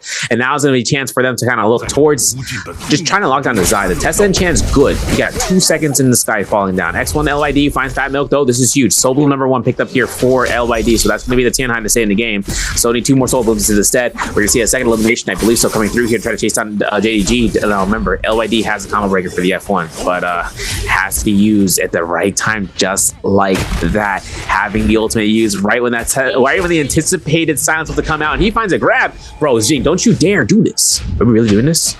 Okay, listen. It's funny. The Viper could have gotten grabbed, but she was waiting for it. That's why LYD even attempt to grab, because he knows she's going to tap dodge every single one of those. And now it's going to be a chance for LYD to put a double grab. He does not get it. The Wu Chen, another counter. Added to the list. This is why Tianhai has a lot of issues on the board, folks, because also Wu Chen can port you out. We're adding that to the list. I mean, it's always been on the list. It just happens, Yeah, but I mean, that distance was insane. He was like, I don't know, like 25 meters away. And he still gets ported out. Now, still having a Yanni Police and timer onto the other 2 Mariner players here for X1. They are going to be facing out JDG with the overhold. The Tessa ready off the F2. No ult online here. Big parry there for LYD. Jump LB for the extra damage. R&B. Big damage here for LYD with the final R&B follow up there into the next year beating from the Valda wave. Big damage now. X1 clean up 2, and they're able to stay inside of this game. And X1 with a nice showcasing there, being able to cleanse in the back end. 521 are going to be going at it against Zing, and that's going to be the last one there for that squad, and JDG is going to get wiped down. Now Pampy's going to be eliminated off the situation as well. And EWG wants some sort of the pie. They're arguing to get one on the board there from Cookie onto Pampy with the Takeda Ultimate on line here for Loyer. And they are going to be able to get the damage plus some sorts of elimination towards Akame, I believe. In just a moment, we do have the Furrin Ultimate called in. And this is just bad here. Bro, I was 21. I'm gonna say it because you know I'm going through. I was like, "Toma!" When I parry jump LMB came through, I was gonna go straight send it, dude. X1 still in the game. They got all their soul blooms for that Romiane depletion. Yeah. We're still holding out here. That all came down to close quarters position fighting because it really. You know what's risky about it was that Tessa was in the middle of all the teammates, so she found a Tessa enchant opportunity to last into that fight with the rage. If she had it, that's in the back of the head of all X1's position, and that sometimes throws out. People look at it in retrospect like, wow, why did they take that fight? It was a Tessa, big expense for big risk. You know what I'm saying? It's a 72-month APR. So we have a chance for these guys though. That's 72 is great. 14 players left alive. Yin on death's door, cutting through Sunwings here. Not a dangerous game here. Zipping F1 still available. Oh, DRG is looking to cut around here. They get him. Yeah. Oh no. Oh, wow, we were trying to F2 shot. Yo, if that F2 shot struck. That's crazy. We died. Oh, poison. No, he didn't get hit. Yeah, that's what I said, man. I was thinking that in the back of my throat. I was like, I'm not gonna pause. I'm gonna have to really hope. Oh, hold on, Zolo. Yid's gonna be looking for the counter limited RB, throw out the F2 Yodohime. This is where Yodohime really succeeds, Kappa. But listen, she's gonna go ahead and get the F2. She's gonna knock back. That's gonna be eliminations. We got a pretty hefty. This is a dangerous Spirital. This is a dangerous game because there's so many shrooms around towards the skull. Could shoot him out and wait it out, but I mean still it's just this area, man. Sunwing always being the downfall of a lot of players with the mushrooms. Personally, my least favorite location of Morris Isle. I don't like it, man. But EWG going at it. Oh, massive paradigm from XOY. Now we got EWG trying to find another opener this time around against X1. Temi Ultimate invested in the back end. XI is going to be able to stay up. We do have LYD monkeying up as well. Gets the first grab there onto the Takeda. He's going to go ahead and just off to take the slam down into the follow-up R&B. Does not manage to get the re-grab. The Furry can be invested there from EWG. They do manage to be able to get some Gooba stop. But no, there goes the Valdo wave once again. ZDI finding it into the concrete blue follow-up, into the re-grab as well. And LYD getting a lot of damage. The Timok F called in the back end. ZDI now be able to take a quick little reset in. Calls in the F there. Now, what's going to be the mix-up for himself? Gets lots of pressure thrown his way with no drawback. Is be able to get eliminated as well. And X1 now with a nice showcase in here, as well as the Valda to clean up. And now the last one standing. And X1 with 9 on the board, and potentially 10. Yes, 10 on the board for themselves. All right, listen. I'll say this. I'll say this. Listen, I'll say this. Cab Bloom Gold Dual Blades. Yo, hot take. That alone is setting up the team for success, especially Cab Bloom coming out here where you can keep the flop state going and then a regrab could be occurred. But even then, a dash LMB could do the same thing, just holding them in place. But still, I'm kind of happy to see this going through. Now, of course, our only competitor though is a team that has only one player still left alive, and that's a Kurumi from EWG 15 eliminations, which would then put X1 at kill leader position. But we still got a Yodohime of all the heroes. A Yodohime, that's tough. That's tough, especially coming out for what she can do against Transformers, especially Tenhai. But regardless, still have a chance here for the Zyphus to look to kite in here. TE watch that go long, so we're going for those cannon shots with the Rift line here and making sure they can look for it. Finds Daunting elimination here against Pompey, and now it's a case for this Moonbane to grief out the zone because the entry is going to be death if you enter into the wrong side. I'm so sorry. Yeah, you saw that too. Yeah.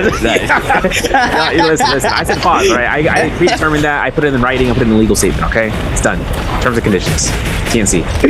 Oh, Wash. Hey, he back at it with the F2 bombs. Does manage to get some sorts of damage onto LYD. There goes the muck up though. Got to be careful. He's been hot all game 5. Finding these grabs here for X1, and you see the ball. The ultimate already called in there for ZDI to try to make sure you can catch the restand off of it alone, but. Looks like this time around, does not manage to find anything. The line of sight was cut off by both of these teams in the back end. We do have TE inside this hut trying to kite out this Monk ult, and there goes the D form there from the Monk. LYD trying to take a quick little reset in for himself to top off that gold armor. Cannon shots flying on in. We do have Cloudweaver in the back end for X1 Zai, I believe. Wash though, no ultimate online, no ultimate for any of TE members. Does matter to have some sorts of damage thrown his way. ZDI with a Cavalry Bloom over and over again, just applying the pressure off of that LYD, and there it is, the Cavalry Bloom finisher there for ZDI. Now X1 with another one on the board, and it looks like they're not going to stop anytime soon. Yeah, big chance here that Zyle's going to be used preemptively, and that's going to be that pressure. That's going to continuously come out from X1. This is, Fairy Shen's going to continuously put those cannon shots to the pellet shots. Nice parry though from XLY. He doesn't get a confirmation hit due to the pellet shots coming back and forth again. It's going to be chance to see the F2 from the waist, trying to push someone back. Dongqing getting caught by the 1-2s and the 3s, and the Kakaxi. You got to remember, Kakaxi is not the Fairy Shen, by the way. He's just inside the mech. Now LYD has his cornered off here. It's going to be where Wushin98 has that waist on active to go through the ultimate. Who got that Spirit Well? I'm going to be very, very upset, but it looks like it is not X1, it is DRG, and this is where it comes down to Yodohime. If they can catch his lockdown against him, oh my goodness gracious, defenses. No. That's unfortunate. That's Yodohime, folks. Lesson learned. Listen, DRG Wushendo 98 looking toward the White Tiger's prowess. We're gonna see a hit against Leo, and Leo goes down. He's gonna cause that reverberation, and we're gonna have a chance for the White Tigers to slowly but surely chip away at the HP of every single one of these targets. V2 Wall of Spear, pretty good. Probably be a kill off of this if he can. Oh, the V2, but the Fairy Shen is ready to go to save the day. And now it comes down to Wushin98 just hotlining for this for a real quick amount of pressure. And Fairy Shen versus, it's funny, these two comps are the last two comps alive, but we only got all that left alive for X1. So whether or not he lives out here, we're about to see. Oh my god, this would be rough. F2 called in, try to kite that out since the focus gets hit off the Fairy ult there into the 1-2. Into the last shot there from the Yodo ult, just to make sure he does not be able to stand back up if it was needed. But wow, DRG playing a lot more patient in the end game. X1 was full throttled in. Find a lot of success there with the Monk Valdecom to be able to secure those grabs there for LYD. I mean, towards the Imperium region. But ladies and gentlemen, round 6, my name is Severio alongside Creatives. Last chance qualifiers, trios, final round. Middle 4 to make it out of here alive, because whether or not they can, it's up to their skill level and up to their approach in reaching. Here we go. FPICQ against JDG. Slap off there onto Zing. Zing's gonna fall for this alone. We do have a lot of damage happening towards JDG's way. Now, we do have 2 members down there for JDG, and they are gonna be cleaned up, I believe, here from FPICQ. Kiki trying to stay alive. The Tesla ultimate is gonna be called in. Kiki getting caught off of that. Now into the last 1-2s here. So Ping ultimate invested. Just rough into the R&B bunk there from the Spear for the cleanup here for FPXZQ with the resurrection as well. And what a startup here for FPXZQ. And hold on, wait a second, they can contest as well. Yeah, they can. Yeah, they can. Listen, they can take a chance of actually getting all the coins right now and just working through it. Otherwise, they could probably even hold the coins until post roaming Yang if they really want to risk it. Inventory space is going to be consumed because of that. So it really comes down towards FPX looking towards making that happen for the time being. Now, of course, we look at Empyrean. Like I said, BBE chilling out here. 521 is going to be on the approach here very soon. But DRG is actually on this in the stead. Bin finding a purple armor for a Viper. Still looting up here, looking towards this. He's just mid-air pairing. He's just like, listen, I'm going to fight you if I need to. You know, if you come out towards this, look at Ivan playing this out stealthily. Looking to try to ambush that. Actually, don't. Look at this. Look at this. Look at the call-outs. You saw this man? He's like, go, go, go, go. And now it's going to be a chance here for the aggression. You're going to see the R&Bs hold out. Maybe hold checking it. Doesn't get caught for a blue focus on his side, but he does get caught by that blue focus on Dongqing's side. And now BBE needs to really be careful about this stead, because if they look for an investment for an ultimate, it's not going to work out. There's a lot of terrain infatuation here. There goes to Tesla ultimate as well into the back end, but a Matara ultimate to avoid the Viper stun. Still getting caught up there by the Tesla enchantment. WX now trying to show up. There goes the F there from the Viper with the big damage in the back end. Now we got the Zai ultimate invested there from DRG. Now it's just going to be a full juggle. Jump LMB so the extra damage, and Ivan is going to fall here for BBE. And this is not the start that BBE wanted here for their last and final game. They are going to lose 2 members. The Wuchen is still alive. Now we have ASC against TE on the other half of the map. ASC Jiangdong looking to charge out the RMBs as the fist plates come out, the great swords get released, and that's going to be a full Takeda rubber band through here. Look at that Scare Rush coming out for a double parry. Nice one. Looking for the mid-air Zai ultimate for the V2, the guarantee 14's demise, but that's Harumi tether. It works out. Leo's not going to be able to go down here without a fight. Parry like that, though, into the Moonbane. Send him to Sparta because he's getting kicked down here. That's a straight spread from ASC to get 3 eliminations just like that.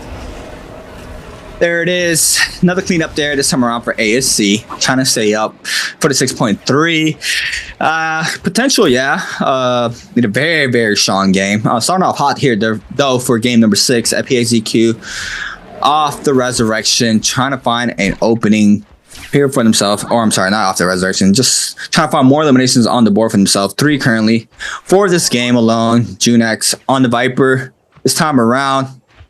They do manage to see or get some sorts of visibility onto ASC, and ASC trying to kite out this. They are going to get engaged here by FPXEQ. There goes the massive F3 there from Junex. Big juggles here from ASC. Test ultimate investing here in the back end. Now, the big damage here from the halberds in the back end. It's going to be lots of pressure. Now, Viper ultimate is going to be called in. Enchantment connects to the backside, but now FPX trying to respond off the pressure here. Yeah, it's terrible for this Viper pressure to happen. The Matari ult comes out, the Wuchen port used in conjunction. Now, Jiangdong looking to try to go ahead for a heal into the background. Maybe he's going to be looking to hide this out here. Vulcan's Essence is in the play. Scattershot still built out by Nobo. But look at Junex to try to go for a scare rush. He connects that blue focus. The Zai ultimate comes in the background. The F2 comes to Comet in, and that's going to be the V2 guarantee. Psych, going to be F1 coming out here. Nicely done. Coming out from FPX. Maybe looking for a chance for a drop down blue. Avoids Matari F2. Junex looks to go for Dragon Slayer. This Moonbane is FPX's, and this is going to guarantee a denial of this area for the enemy team. Oh, all these Moonbanes, but not on the players. Who would have thought the RNG was going to throw them out just like that? However, Junex gets 1 Moonbane. Oh my goodness, as I literally dies out here. Jiangdong has 1,000 heal, or goes towards Junex as a Moonbane, and the turnaround comes out. FPX looking for it, has V3. He can get the mitigation necessary to survive here. He finds it, he RNBs it, and that Moonbane goes ahead and strikes back, and this is going to be where episode 5 happens, and it's going to be a chance of whether or not Junex can survive here for a couple of seconds longer. The Moonbane's working out in the favor. We like to see it, but Wind Blast into the RNB, the Vulpine's Essence, that's a nice surprise, isn't it? And that's a Moonbane that comes out again for the slash, and that's going to be where Zhao Q drops right back in for that salty rest to make sure this team does not go down without a fight. Wait, hold on. He's doing it.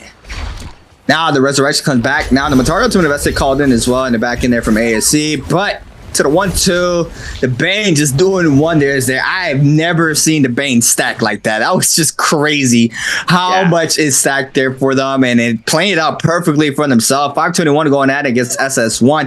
Matari after onto Akame, eating up a lot of damage. Walker and Code trying to back on up from this third party. Do see Rosemary eating up a lot of damage as well. Oh my god, catches 3 players there from the lunge follow up. Now Pampy's gonna go ahead and invest the Cicada ultimate in the back end. Rosemary trying to stay alive as well to the 1-2s. Uppercuts off of this. Aerial LMB, 1 on the ground, holds the last one, does not manage to get the damage out of the back end. Still looking for Pampy though out of the bunch. 521 is gonna be able to kite this out for the time being. We do have the Furin shove there to avoid them a little bit of distance. We do have the V2 called in the backside WBEG, and this is what I was saying, Severio. So much pressure for everybody. Everybody's just W keying in. Literally coming out here, going crazy, going brazy, and that's the elation for Rosemary. Now it's gonna be the F3 coming out. Gen 1 goes ahead, gets a hot elimination, and we're switching up to the camera view to TE. We're actually watching these live fights happen just because since these teams are so close towards each other, we're just having to watch every single one between it. It's gonna be TE washed up, Wind Blast coming out here, hoping to kind of wonder whether or not he's gonna copy the RMBs. There's gonna be the dash LMB. There's gonna be a charge up here. Nope, Scare rushing out here. We're kiting out, and this is gonna be where TE might be eliminated completely. This is actually the full wipe. TE goes down completely, not getting catch up. We're not going to see them for the summer finals, but that's going to still be the case. If FPX can earn out, it's up to between them to catch up between BBE and WBG up to OUG, because now it's up to these teams to work out. Heck, it's even up to EWG to work this one out here, but we're going to see, because OUG is going up against what seems to be WBG. I'm gonna give it an ASC. I'm not gonna lie. I'm gonna give it an ASC. Look, I know I'm reaching. Don't get me wrong. I know I'm reaching, but hear me out. If the cards play out right, they could have a chance right now. You know, a chunky multiplier. Hey, potential, but we're gonna have to wait and see. OUG still in the mix though. We have our first Romanian starting to form on in now. You know, ASC, get in there. you got to get in there. They have the Zycomp, they can. Everybody else above you pretty much is on that Wuchen Viper Tesla. Not sure they're going to be taking this Romy Yang. So, you know, this could be the possibility for them to have that opener that they need. Unfortunate enough for TE, they get eliminated there with 0 on the board. That is going to be their run here for the Summer Split. Being called out here for game number 6 with no kills on the board. ASC, though, now might get aggressed on here by FPSGQ. If they're able to get some sorts of eliminations, it could just add up more to their run here for game number 6. But we're going to have to wait and see how that goes. JDG in the back end. Gonna go ahead and kite out the situation, trying to post up for the Romy Yang. We do have ASC, JDG, and FPSGQ. Gonna go ahead and bite up some of these resources. Blue armors here for FPSGQ. He just shows up. He's like, look, I'm friendly. I'm just trying to buy up some grapples, and I'll just, you know, I'm just gonna get out of here. Listen, man. I just need a gallon of gas. And I need some toilet paper.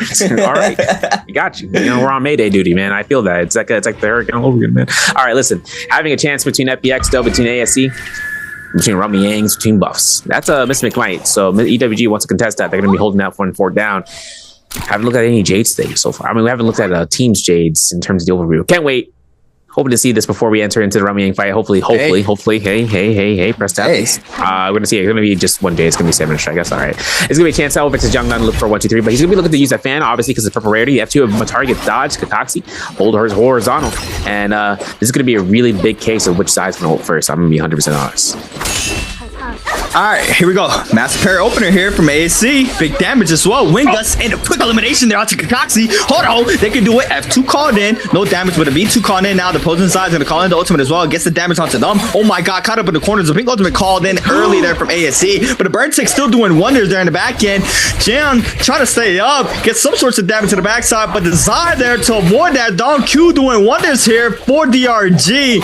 Trying to stay up. And this team has been in the lead all day long. To the F2, does not connect off of that. Now on the backside, Don Q with another burn there onto the opposing Zai. Does manage to get the elimination onto him, and now in a 1v3, big parry there. WX is gonna fall for this as well. And ASC now, another 3-piece on the board for themselves, trying to shoot up in the rankings, and they have the buff off of this. So they are going to get active off of this. Now we have 5-1 against SS1 on the other Romy Yang. ASC going to be picking up a group heal from that Jade box. Now we're going to see 5-2-1 looking to try to work out in terms of seeing about these spammerons, because Rosemary is spamming all these gold focuses he can. The V2 comes out here though for the burn, gets his F1 as it came out towards the reach of the RMBs. Now he has Tempest Kick, he gets slapped. Damn, the disrespect. Absolutely disrespectful, but necessary. So after he gets cicadas, now it's gonna be the Scare Rush coming out here for the jump LMB, maybe for Rosemary to go for the RMBs, and that's the extension, that's the elimination. The SS1 finding a victory in the Romy Yang. A nice, we get some points out here. We're gonna see a gold halberd getting earned out. We're gonna see a ultimately. Hey, listen, I'm trying to remember this coming through here, but it actually comes out to Rosemary with the halberds where he's stacking out this Gen 1, still not having the purple armor just yet, but that's where this comp leads out. Between them though, between SS1 and X1, ASC, EWG were the ones who took that Mystic Might from the Arcadia region. So whether or not they're actually going to reach through and find out, they're going to have to find out tremendously. Just like BB, you know, they're trying to place out. And I'm okay with that. I'm okay with hiding in the bush. I know we have 0 kill eliminations, but we really need these teams to get eliminated if they want to, like for them, right? In their eyes, they need to make sure they get 9 teams, or they count it out, where there's enough players for 9 teams to be there, so they can get just, okay, now we can just chill out and rock around. But fights are gonna be happening. WBG versus OUG. WBG, I believe, has the upper hand right now. OUG eating up a lot of damage here by WBG. The Kings and eating up the damage off the R&B focus in the back end as well. And he's gonna fall. WBG now trying to clean this up. Jump LMBs, big damage. Now SS eating up a lot of damage in the backside. Walker tries to parry. Parries a little bit too early into the R&B jump LMB. Now Zinyu is gonna fall for this as well. Has the Tomok F, calls it in, but was not enough. And they are going to fall off of this situation. And OUG is out. WBG does eliminate them, closing out that top 4, and BBE though with 0 on the board. And I mean, they're playing it safe, and you know, from a lot of the last chance qualifiers, not even last chance qualifiers, even you can even go off of the bi-weekly finals, right? Because it's around the same amount of pressure. Sometimes it works out. Don't get me wrong. Playing it safe works out. it's more of a 50-50. It is 50-50. A lot of times, you know, you either have the cards in your favor where a lot of the teams that you need to be eliminated get taken out, or you fall and you come out not stacked and you get eliminated, and you're kind of just stuck there waiting to see if anybody catches up from you, as we see. But SS1 still showcasing here. Now this is 8 kills on the board for game number 6, popping off. That's making 9 now. Big damage here from Rosemary. Put up a lot of pressure onto X1, but I mean, X1, even if they fall here, doesn't really even matter. They already solidified their ticket for the pre-finals this weekend. JDG though comes on in here for the kill onto DRG. That's a lot of damage there from Rosemary. SS1 still applying tons of pressure, trying to stay alive, and it looks like they are going to be running out of the Zai ultimate, and now another team showing up is going to be 521 showing up to the mix, and they have that Yang depletion timer that they need to have to cleanse now. Yeah, and then for SS1, they have until 1640 on the clock to make sure they can burn their their Vermilion's Birdsman, I should say. So it's really up to them to burn it now. These teams are invading this. That's gonna make where X1 goes down. Rosemary goes down. That's Vermilion's number 1. We got 8 seconds, 7 seconds. We gotta die out now before that point comes out, so we can just start rezzing. But SS1, they're all in soul form. They're all gonna go ahead and gonna make sure they can spawn somewhere safe. They burn the Vermilions at just the right time. B3, F3. We saw this from Junex. This is gonna be where he's gonna be ambushing against Fat Milk. Like I said for BBE, right? You stacked out, you can maybe hide out, but now it's going to be a 50-50 shot, and it's working out against him. BB, I think, gets caught through here. There's going to be a chance between Junex to try to kite around this building. You see it in the background. How much pressure is going against BB in the open field of combat? And now they're going to see the double gold weapons in the hands of Jiangdong as ASC is going to be stacked up out of the mine with 9 eliminations, just trying to go crazy. He does manage to stay up. ASC still in the mix right now. 9 on the board. Second in the board here for eliminations. SS1 with 10. X1 as well with 10. Taking a resurrection there off the Vermilion's Birds. My FPXDQ though with 55.6, still not in that top 6. Only one ult online for them is gonna be that Wuchen ult for the squad. Now Rosemary, reaggression ASC.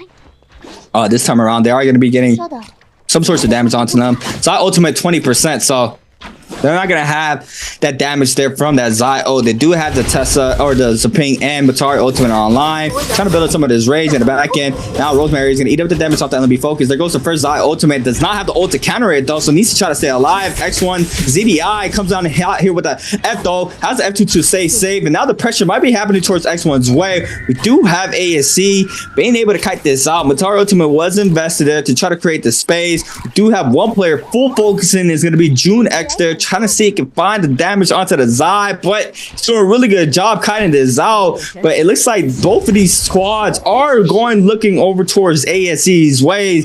So this could be bad for them, but they do manage to kite this out, and I believe the Zai ultimate might be coming online pretty soon as well. Dragon's Light comes out, Moran gonna be caught into the corner, maybe looking for an uppercut. Oh, Gets caught the F2 in the corner. Ooh, Tessin Chan is avoided though. Moran gets out of here, scot-free, potential R&B spam. Listen, Junex gonna be looking to try to go ahead and kite around through here with these F3. Maybe hopefully they go for the cannon skywalk, but then again, any pursuers get caught by the F3 blast. It's gonna be a wild field day. The F2 is not up for Jiangdan though, so he's gonna be rushing down towards the Wuchen. Looks to kite up to the sky, looks to air dodge, and just backs off completely. Look, B2 comes out from X1. XOY, that's why we back off here. Parry like that, huge, beautiful. But now that the knockback happens, the Wuchen port is free. Now for XOY, having invested Zai ultimate doesn't have much value. Looking to try to go ahead and chase down Zhao Q as it's getting come through here from XZI, from ZDI from X1, and looking for the elimination. They can get it. The Mystic Mud, we get it. We still got it through it here. I was looking at the Immortal Defiance aspect from F1 to come through and clutch out, but XOY finds the last hit confirmation. And he's still creating that pressure towards Crimson Cave. That's where Bailey VG are going to be retreating towards his corner. Yeah, with his Zai ultimate going offline, I'm just off to just back on up. JDG against SS1 right now in the second realm of Yang. Looks like the damage is going to go towards the Tessa or the Zai's way. Rosemary once again trying to stay alive. Has to go halberds. One player falls there, 2-2, and now the second one falls as well. Big parry there for Zhen, but it's not going to be enough because the Zai ult was online there for Tutty, and he is going to be able to stay up. And JDG now securing the second realm of Yang. They are going to get this buff as well, plus the gold nunchucks, gold armor on themselves for this realm of Yang. They're going to come in hot with what? They got. What is that? I mean, the Jade is the other thing. They got a cannon and a Rupture Gale in the same box. That's the crazy part. And get this. They got a repair roll for free there too. So you have that, all three of those combined. Crazy. That's insane. That's gonna be sustain out for the end game, coming through for those shots, and it's gonna work out. But 5-2-1. Ooh, you know, this is tough. Takeda ultimate comes out. X1, XOY might be looking a little bit more shoddy, but like I said, X1's Gucci. They're at 11 eliminations this match. Just Jay, bro. They're just, the 5-2-1 might need these eliminations more than they can, come out here to survive for. But hey, we can't ask for everything in this world. R&B comes out from Pampy, looking to try to go for the clean. He finds a double parry. Oof, saw the 360 parry in the background as he came out with the display. It's very nicely done. And R&B's come out here. He has one last fear and to make his count. But the Dragon Slayer comes through. And there's going to be the F2 from Atari to knockback. F2 from the Zai. Maybe looking to try to see about an R&B, or we're looking for those omnidirectionals as we mentioned before. And the connection. Oh, gracious. Oh my. Oh. So Pampy's going to find the F1, but he gets still extended. I can't, bro. I can't. This thing couldn't stand on the ground. And there's 2 feet. By the time he did, it was over. X1 find their 12th elimination as a result. Couldn't play the video game. It's just stagger after stagger. And into the V2, Yin falls as well, and that's going to be 521's run, I believe. 2 players fall after that. Oh no, they're still in. I think 1 player's still up, but SS1, when Yandy Police and Timer on their backs, they're going to be trying to pressure ASC, and this is what ASC needs if they're able to clean up SS1 here in this situation, but it's gonna be full W key here for SS1. Moran eating up a lot of damage here off the gold halberds. It goes to double minks there off the halberds. Now in the back end, 2-2 with a massive parry into the F2 there for the burn damage to the backside. We do have another team showing up, EWG. This could be bad for one of these teams. In the back end, Rosemary's gonna eat up a lot of damage. ASC though turning the spot around to pick up another one on the board, and now ASC with 11 kills here for game number 6, trying to stay alive, but the third party coming in high here from EWG onto ASC, and it looks like the Zai is gonna fall in this situation. The peel is there, still alive. Double tap on Zai, but the focus slide down the, oh my god, down the staircase there for EWG, and one of ASC's members is gonna fall, and now the Matari trying to stay alive as well, and this could be bad for them. They could have done it, but EWG coming in hot here at the perfect timing. The Matari trying to stay alive. Big parry there from Xi into the Tesla ultimate there to secure the elimination, and we have the Zapine just gonna go ahead and kite this out, cut noise, wait this out, but yeah, he is gonna stay up. Oh no, that's all down for ASC. I jinxed them. I mean, that was close though. That was a really good run for them. Yeah, 11 eliminations. This game was nothing to be shy of in terms of passing through, but since eliminated on, it's up to a 0.1 difference between FPX and EWG. Now, FPX does not have a Wu Chen. X1 ZDI get caught out here. EWG, all they need is 1 elimination to kind of beat out. It's crazy. 0.1 difference between them and BBE. So the moment they get a kill, it's over for BBE, man. It's over. And they, maybe if they catch a little bit more eliminations, OUG goes down too if FPX catches up, because it only comes down towards a placement multiplier, or a placement point of 0.5. And a kill for FPX as well to pass and overtake BBE. So we kind of griefed.